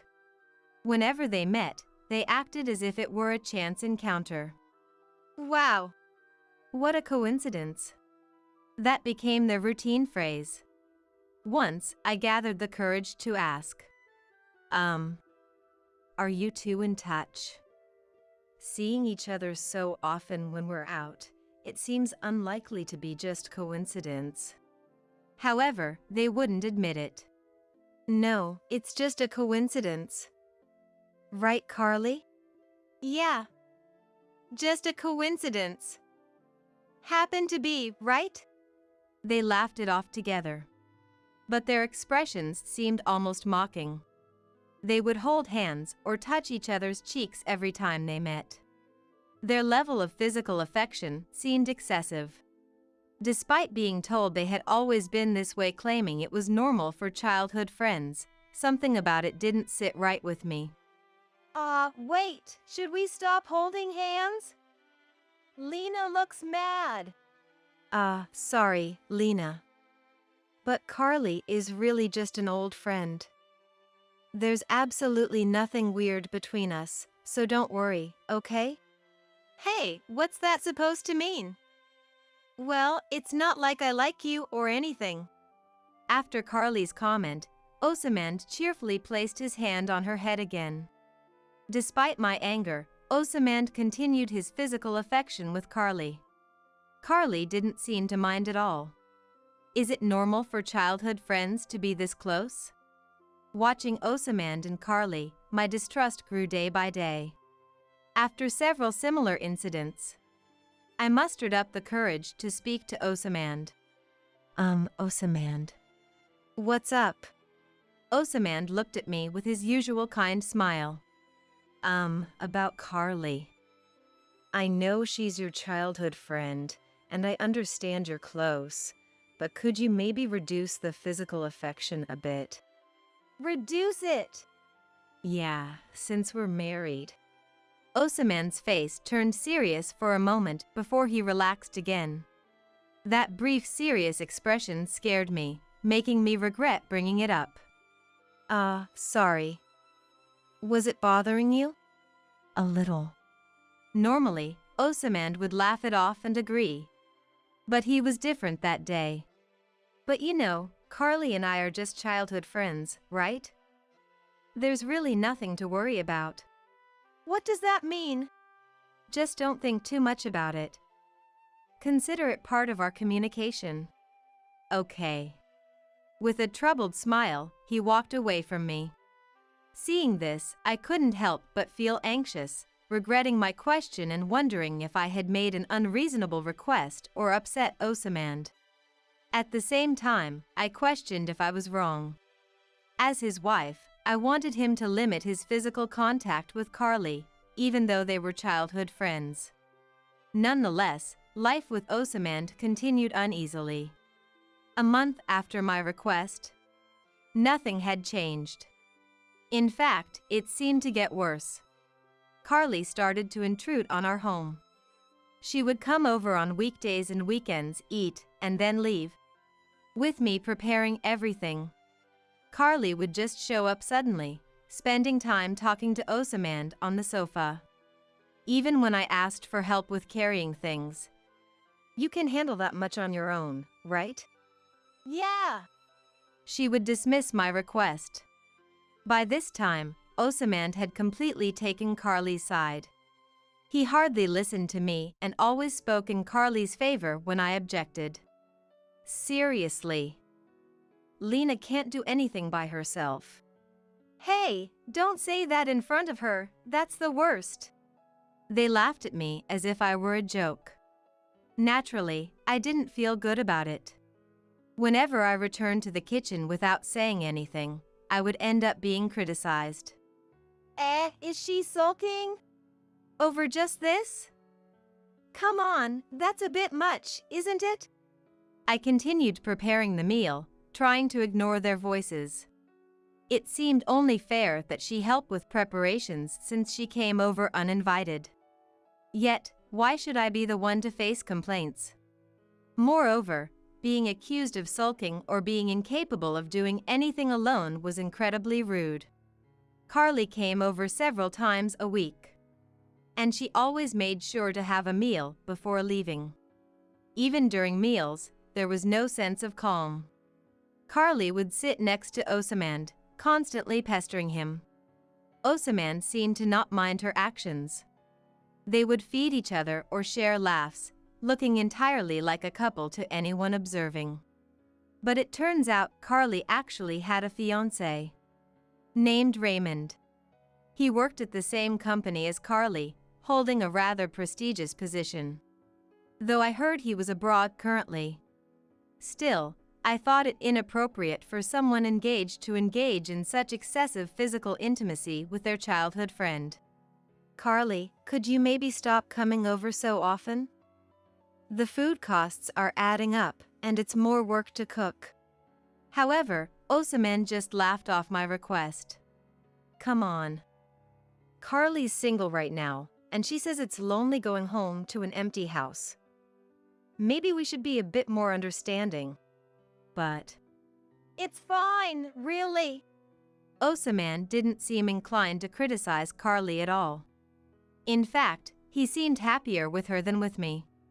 I wondered why Osaman couldn't show me the same smile. Eventually, I began to despise not only Carly but also the sight of Osaman smiling at her. A year into our marriage, Carly's intrusions continued unabated. By this time, I had given up, no longer complaining and simply catering to Carly.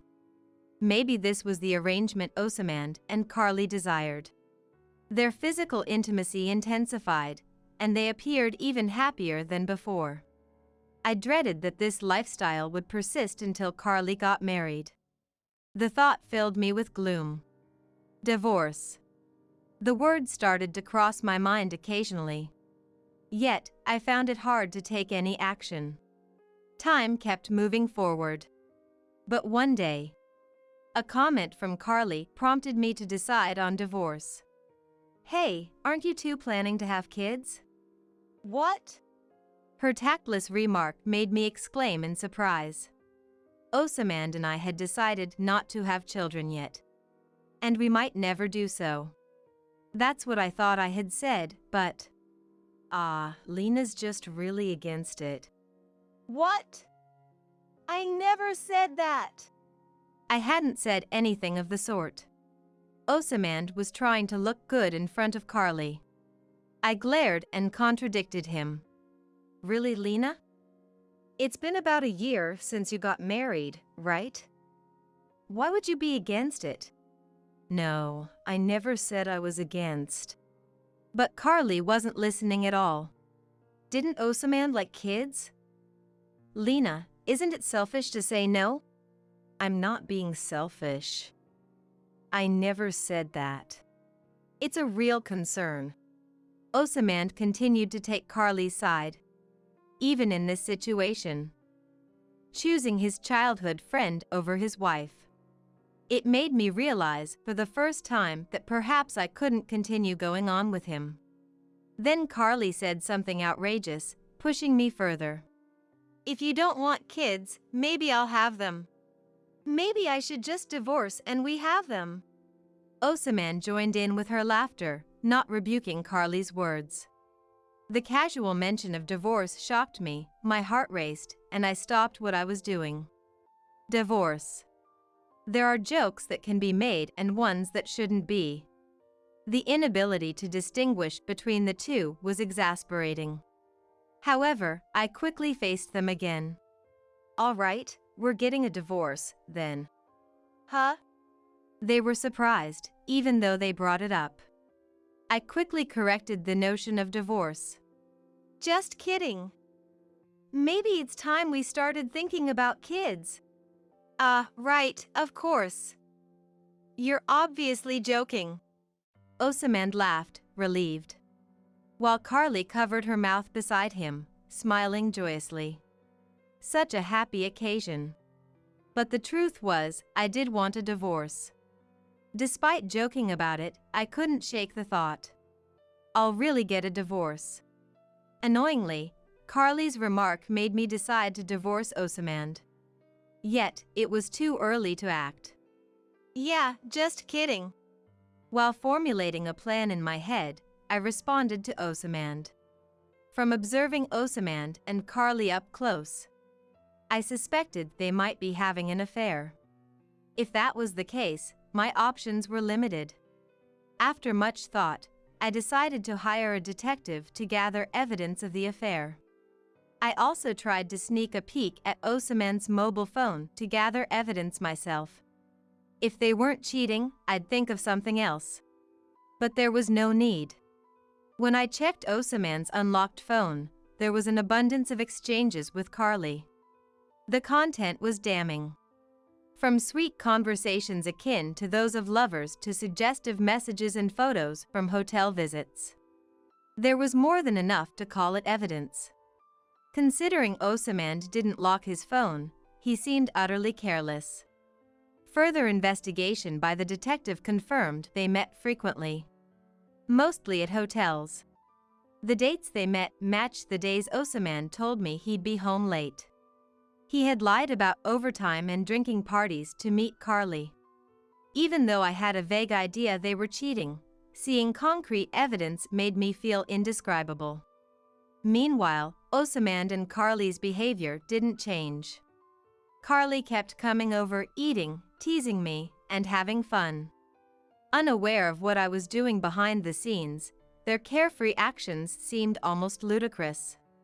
About a month after I started gathering evidence, Osamand invited me to an event. There's an engagement party for Carly next month. Engagement party? Yeah, you know Carly's fiancé is pretty high up, right? So, they need to have a sort of introduction party for the marriage. So, her partner is coming back? Yeah, I think he might already be back. The engagement party was irrelevant to me. The nerve of having such a party while engaging in an affair baffled me. I see. You've been invited? You should go, I said dismissively, somewhat irritated by Osamand's nonchalant laughter. But his response was unexpected. What are you talking about? You're coming with me. Me? With you? Why? Because you've always been so helpful to Carly. Oh, I see. She wants me there because I was helpful. Did they really invite me for that reason? My heart, already jaded, doubted even the reason for my invitation. But it would be rude to decline if I was invited. I thought you might not like parties. Can you manage? No, I'll go. She invited me, after all. Osamand's face brightened at my words. Great. I'll let Carly know. He seemed pleased as he went to his room with his phone, likely to contact Carly. In truth, I didn't want to go. The last thing I wanted was to see Carly happy. Why should I put myself in such a situation? However, as I prepared, an idea struck me. This plan could significantly change my current predicament. If so, using the party to my advantage was too good an opportunity to miss. What I'm about to do is low as a person. But I had been tormented by Osamand and Carly far more. A little revenge seemed justified. I prepared for the party and my plan of retaliation simultaneously. A month later, the day of the party arrived. Dressed appropriately, Osamand and I headed to the venue. Entering the venue, the opulence of chandeliers, carpets, and tables made me hesitate. The old Osamand would have reassured me here, but now he was busy scanning the room for someone. The guests all seemed important, making me feel out of place. Then, someone called out. Osamand. You made it. Turning toward the voice, I saw Carly, accompanied by a fresh-faced young man and a kindly-looking elderly couple. Apparently, the young man was Carly's fiancé, Raymond, and the elderly couple were her parents. Congratulations, Carly. Thank you. And to you too, and Raymond too. Congratulations. Thank you for your kind words. Osamand was unusually polite, a side of him I might have never seen before. Afterward, the party officially began with an announcement. After getting my meal, I returned to my seat to find Osamand and Carly's parents engaged in a lively conversation. Osamand, you and Carly are childhood friends, right? What was she like back then? Carly back then? Hey, that's kind of embarrassing. Osamand, unfazed by Carly's embarrassment, shared stories of her past. She liked catching bugs and racing. We used to play tag a lot. You're really going to tell that story? Carly squirmed, visibly embarrassed, but not entirely displeased. You two really are close. Watching you, it's like you're real siblings. I knew it was impolite, but I couldn't let myself be swept along if I wanted to execute my plan. I apologized internally as I interjected. Osaman seemed surprised by my interruption. Eyes wide. Really? What's it like when Carly is with Osaman? They're very close. How should I put it? They're like lovers. Hey, Lena! Osaman tried to stop me, but I continued. Carly often comes over for meals. She talks with Osaman the whole time I'm preparing food, looking very happy. During meals, they feed each other, hold hands. They're really close. Hey, what are you? I could feel the atmosphere freeze with my words. Carly's parents and Raymond looked at Osaman and Carly as if they couldn't believe what they were hearing. Feed each other? Yes. Oh, I don't have photos of them feeding each other, but I do have pictures of them looking very close and their exchanges. Would you like to see? Hey! Lena! Before Osaman could stop me, I opened my mobile phone to show the evidence gathered by the detective and myself. Raymond's face paled significantly upon seeing it. Lena! Don't say weird things. Weird? I'm just sharing the truth. This is how you two usually are. Osaman bit his lip, unable to say anything, his expression sour. But Carly lashed out at me. I felt vindicated. I had never seen Osaman and Carly look so frustrated. Deciding to go through with my revenge felt right. Lena! Stop being freaky! And why do you have these photos? You shouldn't know about this. What? Did you hire a detective? Unbelievable! Yes, I hired a detective. Why? Osaman was taken aback, realizing his actions with Carly, which went beyond mere childhood friendship, had been exposed. Wanna know why? I pulled out a completed divorce application from my bag and slammed it in front of Osaman. Let's get divorced. I can't take it anymore. There's no need to say that here. Ever since we got married, Carly has been a constant presence in my life. We ran into her whenever we went out, and despite asking you to keep distance, she came over for dinner multiple times. And to top it off, you lied about working late to meet her at hotels. What's the point of being married then? I let it all out. Osaman's loud response had drawn the attention of everyone in the venue. I know it was wrong, but... If you knew it was wrong, why didn't you stop? Didn't I ask you to stop repeatedly? Well, yes, but... You don't really think it was wrong, do you? If you did, you wouldn't make excuses, you'd apologize. Yeah, sorry. As Osaman and I argued, Carly attempted to intervene. Hey, stop arguing here. Raymond, Mom, Dad, help. However, the three of them did not take Carly's side. Carly, those photos are real, aren't they? What? I'm asking if they're real. Not that you'd admit to cheating on your own. Raymond looked profoundly disheartened. Understandably so. He must have been thinking of his fiancée Carly while working abroad, only to find her cheating with her childhood friend. With so much evidence, I can't marry you. I was a fool to trust you. Wait.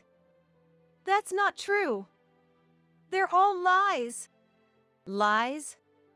So, you're saying Lena fabricated all this just to trap you and Osaman? Yes, that's right. What? I couldn't hold back anymore. Was she not satisfied after manipulating me all this much? Still trying to control the narrative? Even now, Carly wouldn't admit to the affair, which infuriated me further, and I couldn't help but shout. Who would do such a thing for you? I don't have the time for that. If I were to spend my time on you, I'd rather find a new hobby. What did you say? Carly snapped back at my words. However, it was Carly's parents who stopped her. Carly! Enough! Aren't you ashamed of yourself for doing such things? Dad. I never thought you would do something like this. Sure, you and Osaman were close, but I never imagined it would lead to this. It's truly shameful. What? Don't say it's shameful. It is embarrassing. Raymond, I'm so sorry. It's understandable that you can't marry her now, and we won't mind if you call off the engagement. I too must apologize. I'm truly sorry. Watching her parents apologize to Raymond, Carly seemed to realize the irreparable mistake she had made. Tears streaming, she pleaded with Raymond. I'm sorry. Please, don't call off the engagement. I've had enough of you. I can't marry you. No. Osaman, witnessing Carly's situation, also begged for my forgiveness. Lena, I'm really sorry. I'll never cheat again. Please, let's not divorce. But I couldn't possibly trust Osaman's words. Never cheat again? Unbelievable. I'm divorcing you. And I'll be claiming compensation too. Looks like your beloved Carly is getting dumped too, so you two might as well stay together. No, wait, think this over. Absolutely not. I can't live with someone like you any longer. I grabbed the divorce papers again and pushed them toward Osaman. There's no way we can rebuild from this. If you understand, agree to the divorce now. Realizing I was serious, Osaman no longer resisted and agreed to the divorce. Finally, I could get away from this man. And I wouldn't have to see Carly's face anymore. This realization brought a smile to my face. A few days later, Osaman and I were officially divorced. I managed to claim compensation from both Osaman and Carly, which was satisfying. Carly and Raymond officially ended their engagement too. Despite the scandal, neither Osaman nor Carly quit their jobs. I thought they might leave their positions due to the divorce and scandal spreading through their companies. However, it seems they couldn't afford to quit, needing to pay the compensation. In a way, that served them right. Thinking so might mean I have a bad personality too. After the divorce was finalized, I apologized to Raymond for ruining the party. But he kindly said, "No worries. Thank you for letting me know about Carly's affair. It was a big help." A year after divorcing Osaman, I'm living comfortably alone, working a new job in a new city. I'm not sure what Osaman and Carly are up to, but the compensation is being deposited monthly, so they must be managing somehow. It seems I'm better off living alone than with someone. I probably won't marry again. I cherish these happy days and plan to continue enjoying my favorite tea alone. Really, she should just hurry up and leave this world. She's such a nuisance. We, the married couple, said about our son's wife whom we disliked. Ever since she started living with us, she kept making snide remarks.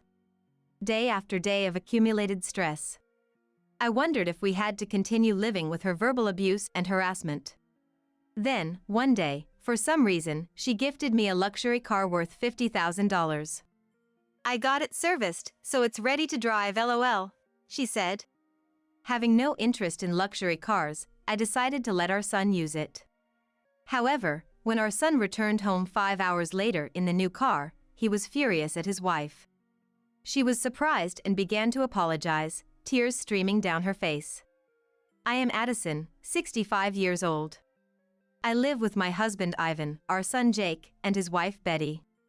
Ivan has been a construction worker for many years, and even after retiring, he still helps out occasionally. After graduating from college, Jake joined a top company and then incredibly started his own. It's a web-related company, but I don't know much about it. However, the business seems to be doing well as he often happily talks about his colleagues. Originally, Jake and Betty lived separately from us. But, concerned about us aging and living alone, he moved his company closer to our home. After becoming independent, they started living with us, but instead of a happy family, a major problem arose. Betty, our son's wife. She constantly found reasons to complain about me and Ivan. The bathroom is dirty. Ivan, don't use it, please. How dare you speak like that? But it's really dirty. It's just unhygienic. Ivan, having worked in construction, sweats due to the physical nature of his job. Even though he's over 65 and retired, there's a serious shortage of workers. So he helps out a bit. He often bathes first. But it always causes a conflict with Betty. Both Ivan and Betty are straightforward, so they never got along. Betty has been in a bad mood ever since she moved in with us. Born and raised in the city, she probably hated the idea of living a bit more rurally with us. What is this house? There are bugs. Well, of course, there are bugs. Unbelievable. I never had bugs when I lived in a condo. This is the worst. Get them out. Our house is a single-family home. Jake rebuilt it, so it's pretty nice, but somehow, spiders and other bugs get in. There seem to be other dissatisfactions, like the department store being far away. Addison, what is this meal? It's like something for the elderly. I can't eat this. Is that so? I'm sorry. Huh, this is really the worst. I'm ordering delivery. I don't need mine. Betty said this and began fiddling with her smartphone, her knees shaking. Her harsh words made me shrink back.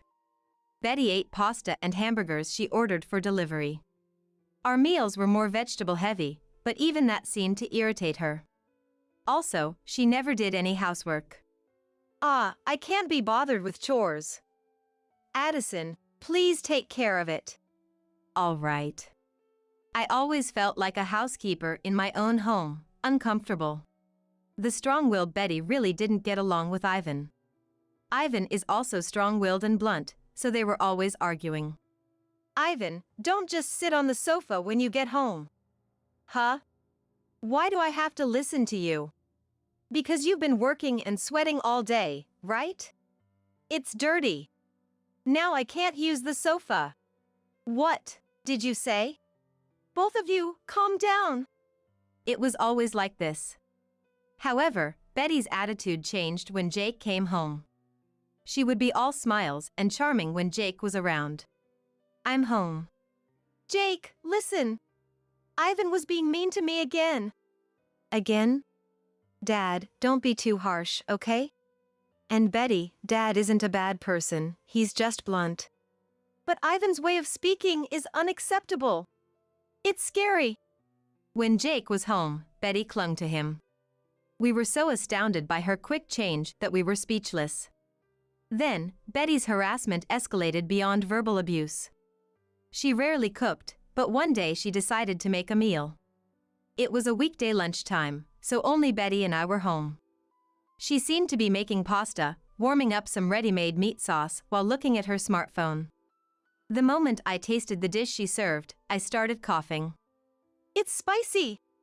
What is this? Haha, your face is so red. That's hilarious. Betty laughed out loud. She put death sauce, hotter than Tabasco, into my portion. She laughed at me as I desperately drank water and coughed. Other harassments included setting the bath water too hot and deliberately dirtying the laundry. I couldn't take it anymore and decided to talk to Jake. Sorry to bother you after work.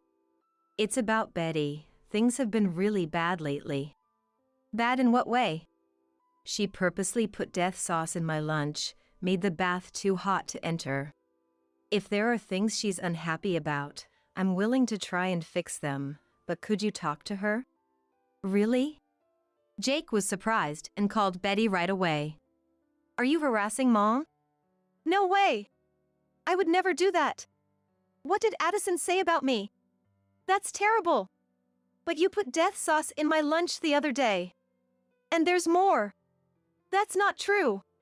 I just wanted to spice things up a bit and it went wrong. I just wanted to make a delicious pasta for Addison. I'm not good at housework. Mom, I'm sorry. Betty isn't really good at housework. It wasn't on purpose. I'm sorry. I'll stay away from housework since I'm causing trouble, she said in a voice filled with false regret. I wanted to scream out that it was all lies. But I was too scared to think about Jake believing Betty and leaving. Jake, our beloved and only son, who we raised so carefully. I didn't want to become estranged from him at this age. I had no choice but to stay silent. Betty's harassment only got worse. Addison, isn't the meal ready yet? You're so slow. I was just cleaning. Can you wait a bit?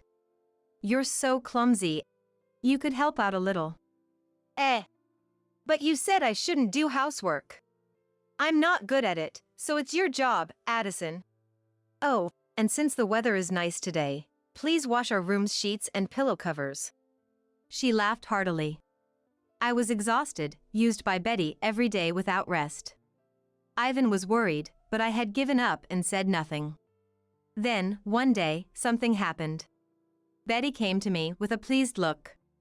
Addison, as a thank you for always taking care of me, please accept this gift. She handed me car keys. This car cost $50,000. It's been serviced and is ready to drive. The dealer had driven it over, and a luxury car was parked in front of the house. Why all of a sudden? I thought you could use a new one since your car is old. Indeed, my car is getting old, but... You're happy, right? Thank you. Confused, I nodded at the pleased Betty. Satisfied with my reaction, Betty returned to her room. I didn't really need the luxury car. I decided to offer it to Jake and take his car, and talk to him that night. Betty gave me this car as a thank you, but I don't need a luxury car. You use it. Really? Thank you. I'll try it out tomorrow. Jake smiled happily. The next day, Jake went fishing in the new car. I was doing housework as usual, spending some quiet time with Ivan. Then Jake came home. But something was off, and he was slamming the door roughly. Ivan and I exchanged puzzled looks as an angry Jake entered the living room. Mom, you got that car from Betty, right? Yes. It was suddenly delivered to our house yesterday. Is something wrong? Did you touch it? Of course not. It's a luxury car, so I thought it's best not to touch anything. Is that so? Betty! After hearing my response, Jake called out loudly for Betty. Betty hurried down from her room on the second floor. Jake, welcome back. What's up? Did you do something to the car you gifted Mom? What? What do you mean? I drove it today, and the engine oil was completely empty. What? You drove it? I was shocked at Jake's words and covered my mouth with my hand. I was stunned to have given Jake a car with such a defect. Jake looked at Betty with a troubled expression. It's like you wanted Mom to drive a car without oil. No way! I just wanted to give it as a thank you gift. Today, I planned to go see fishing and drove 2 hours to the spot. But the car made strange noises and even started to smell burnt, so I took it to the dealer, and they said there was no engine oil. Really? I can't believe there was a defect. Maybe the dealer forgot to put it in? I thought so too, but something strange happened. There was no warning light. Normally, when the engine oil runs out, a warning light should come on, but it didn't light up at all. What? I requested a proper service. That's a lie. What? Betty's expression stiffened at Jake's words. The person who repaired it happened to be the same person who serviced that car. He said it was strange to get a request to remove the oil and disable the warning light so that no one would notice. It was you, wasn't it? I don't know anything about it. Betty had deliberately drained the engine oil to make me drive the car. The thought that the engine could fail or cause an accident was terrifying. I never thought you would do such a thing. No, it's not true. Believe me. It is true. Ivan, who had been silent, suddenly spoke up. Everyone fell silent at Ivan's sudden intervention. Then, Ivan took something out from behind the living room plant. He showed Jake and the others what he removed from the plant. A camera? Yes. We've been troubled by her harassment for a long time. Thinking you wouldn't believe us, I consulted someone at work, and they suggested keeping evidence. A young guy at work, who's good with cameras and computers, secretly installed these in various places around the house. He set it up so we can view the data on a computer. Ivan then went to his room and brought back his computer. He wasn't usually a computer user, but he awkwardly operated it and played the camera footage. All the harassment and verbal abuse against me were recorded. Addison didn't say anything, but it was clear she was being relentlessly worked and was visibly tired. I'm sorry, but if things don't change, we want you two to leave. Jake clenched his fists tightly at Ivan's words. It's not true. This is all a lie. What's a lie? You've been lying to me all this time, saying Mom and Dad harass you, are too strict. How could you do such things to someone's parents? I'm sorry. Please forgive me. I won't do it again, okay? I can't live with someone who can casually do such terrible things to others. Let's get a divorce. Divorce? That's a problem. Do you know how much that car cost? I took out a loan and can't pay it back. So you married me for the money. That's not true. I couldn't stand to look at Betty's flustered excuses. I always knew Betty was after the money. She must have been freely using Jake's credit card to shop. Everything she wore was branded. Jake seemed not to notice, maybe because he loved her, but I always thought she was that kind of person. So how are you planning to pay back that loan? You going to work? Of course you'll work for it, right? Since you gave the car to Mom. If I pay for it, it becomes my gift. Well, I'll do the housework. I'll work and then you pay me. And I'll pay back the loan. I was appalled at Betty, who seemed to think this was a brilliant idea. So you plan to dump the work on Mom and just take the money? You never did any housework, always making Mom do it all. That's not true. I can do housework. Then go cook something right now. What? Jake pointed to the kitchen. Betty's face turned pale and she broke out in cold sweat. Let's see if your housework is worth paying for. The ingredients are all there. I had gone to the grocery store that morning. So there should be enough of everything. Betty, thinking she couldn't refuse, trembled as she gripped the knife. She appeared to be trying to make omelette rice. Her awkwardly cut ingredients were unevenly sized. Food spilled from the frying pan as she cooked, and the area around the gas stove was a mess. And the eggs were all broken up. The last time she made pasta, she only warmed up canned sauce. It was clear to both me and Jake that she couldn't cook at all. And you were going to ask for money for this? You underestimate the job. Do you know how hard I work to earn the money you spend so freely? And to think you'd harass my parents while living off my money. I know that. But I was stressed. I hate this countryside living. Let's go back to our condo in the city. So you took your frustration with country life out on Dad and Mom? Yes. I told Jake I didn't want to come here, but he wouldn't listen. Honestly, it was hard to watch a grown woman over 30 whine like a child. Please, let's just live together, the two of us. Betty repeated her pleas without showing any sign of remorse, almost begging. Jake, coldly responding to Betty, who was looking up at him while holding his hand, said, Just get out, now. But I've learned my lesson. I'll work hard at housework from now on. Get out! Jake shouted loudly, dragging Betty out of the house and throwing her out the front door. I'm sorry. Please forgive me. I'm sorry. Betty cried and banged on the door. Ignoring her, Jake began to throw all her belongings out of the window. Eventually, her apologies turned into quiet sobs. Ivan and I stood in shock, not expecting Jake, usually so calm, to be this angry. After throwing all of Betty's things out, Jake returned to the living room and deeply apologized to us. I'm sorry I didn't realize sooner. I was blind.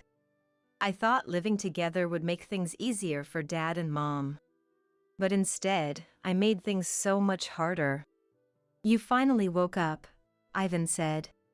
Yeah, I knew Betty was reckless with money, but I tolerated it since we weren't struggling financially. But I never thought her character was this bad. I almost lost Dad and Mom. Indeed, if there had been an accident with that car, there could have been serious injuries. The lack of a warning light isn't just a little prank. Thinking about it now sends chills down my spine. Addison had it the hardest. If you're going to apologize to her. Mom, I'm really sorry. It's okay now, thank you for believing in us. I was relieved that Jake finally prioritized us. Just continuing our relationship with the Jake we'd always cherished was enough. Ivan, now that Betty was gone, didn't seem to care much, saying, "We got caught by a strange woman," and casually started watching TV. Betty, having picked up her belongings, was nowhere to be seen. After that, Betty called almost every day. It's your fault. It's all your fault. She would scream in a high-pitched voice until hanging up. When Ivan answered, she would just shout, but she seemed to cry and apologize when Jake picked up. The harassment wasn't just through phone calls. Garbage and dead rats started appearing at our front door. What's all this? Let's get evidence first, Ivan said.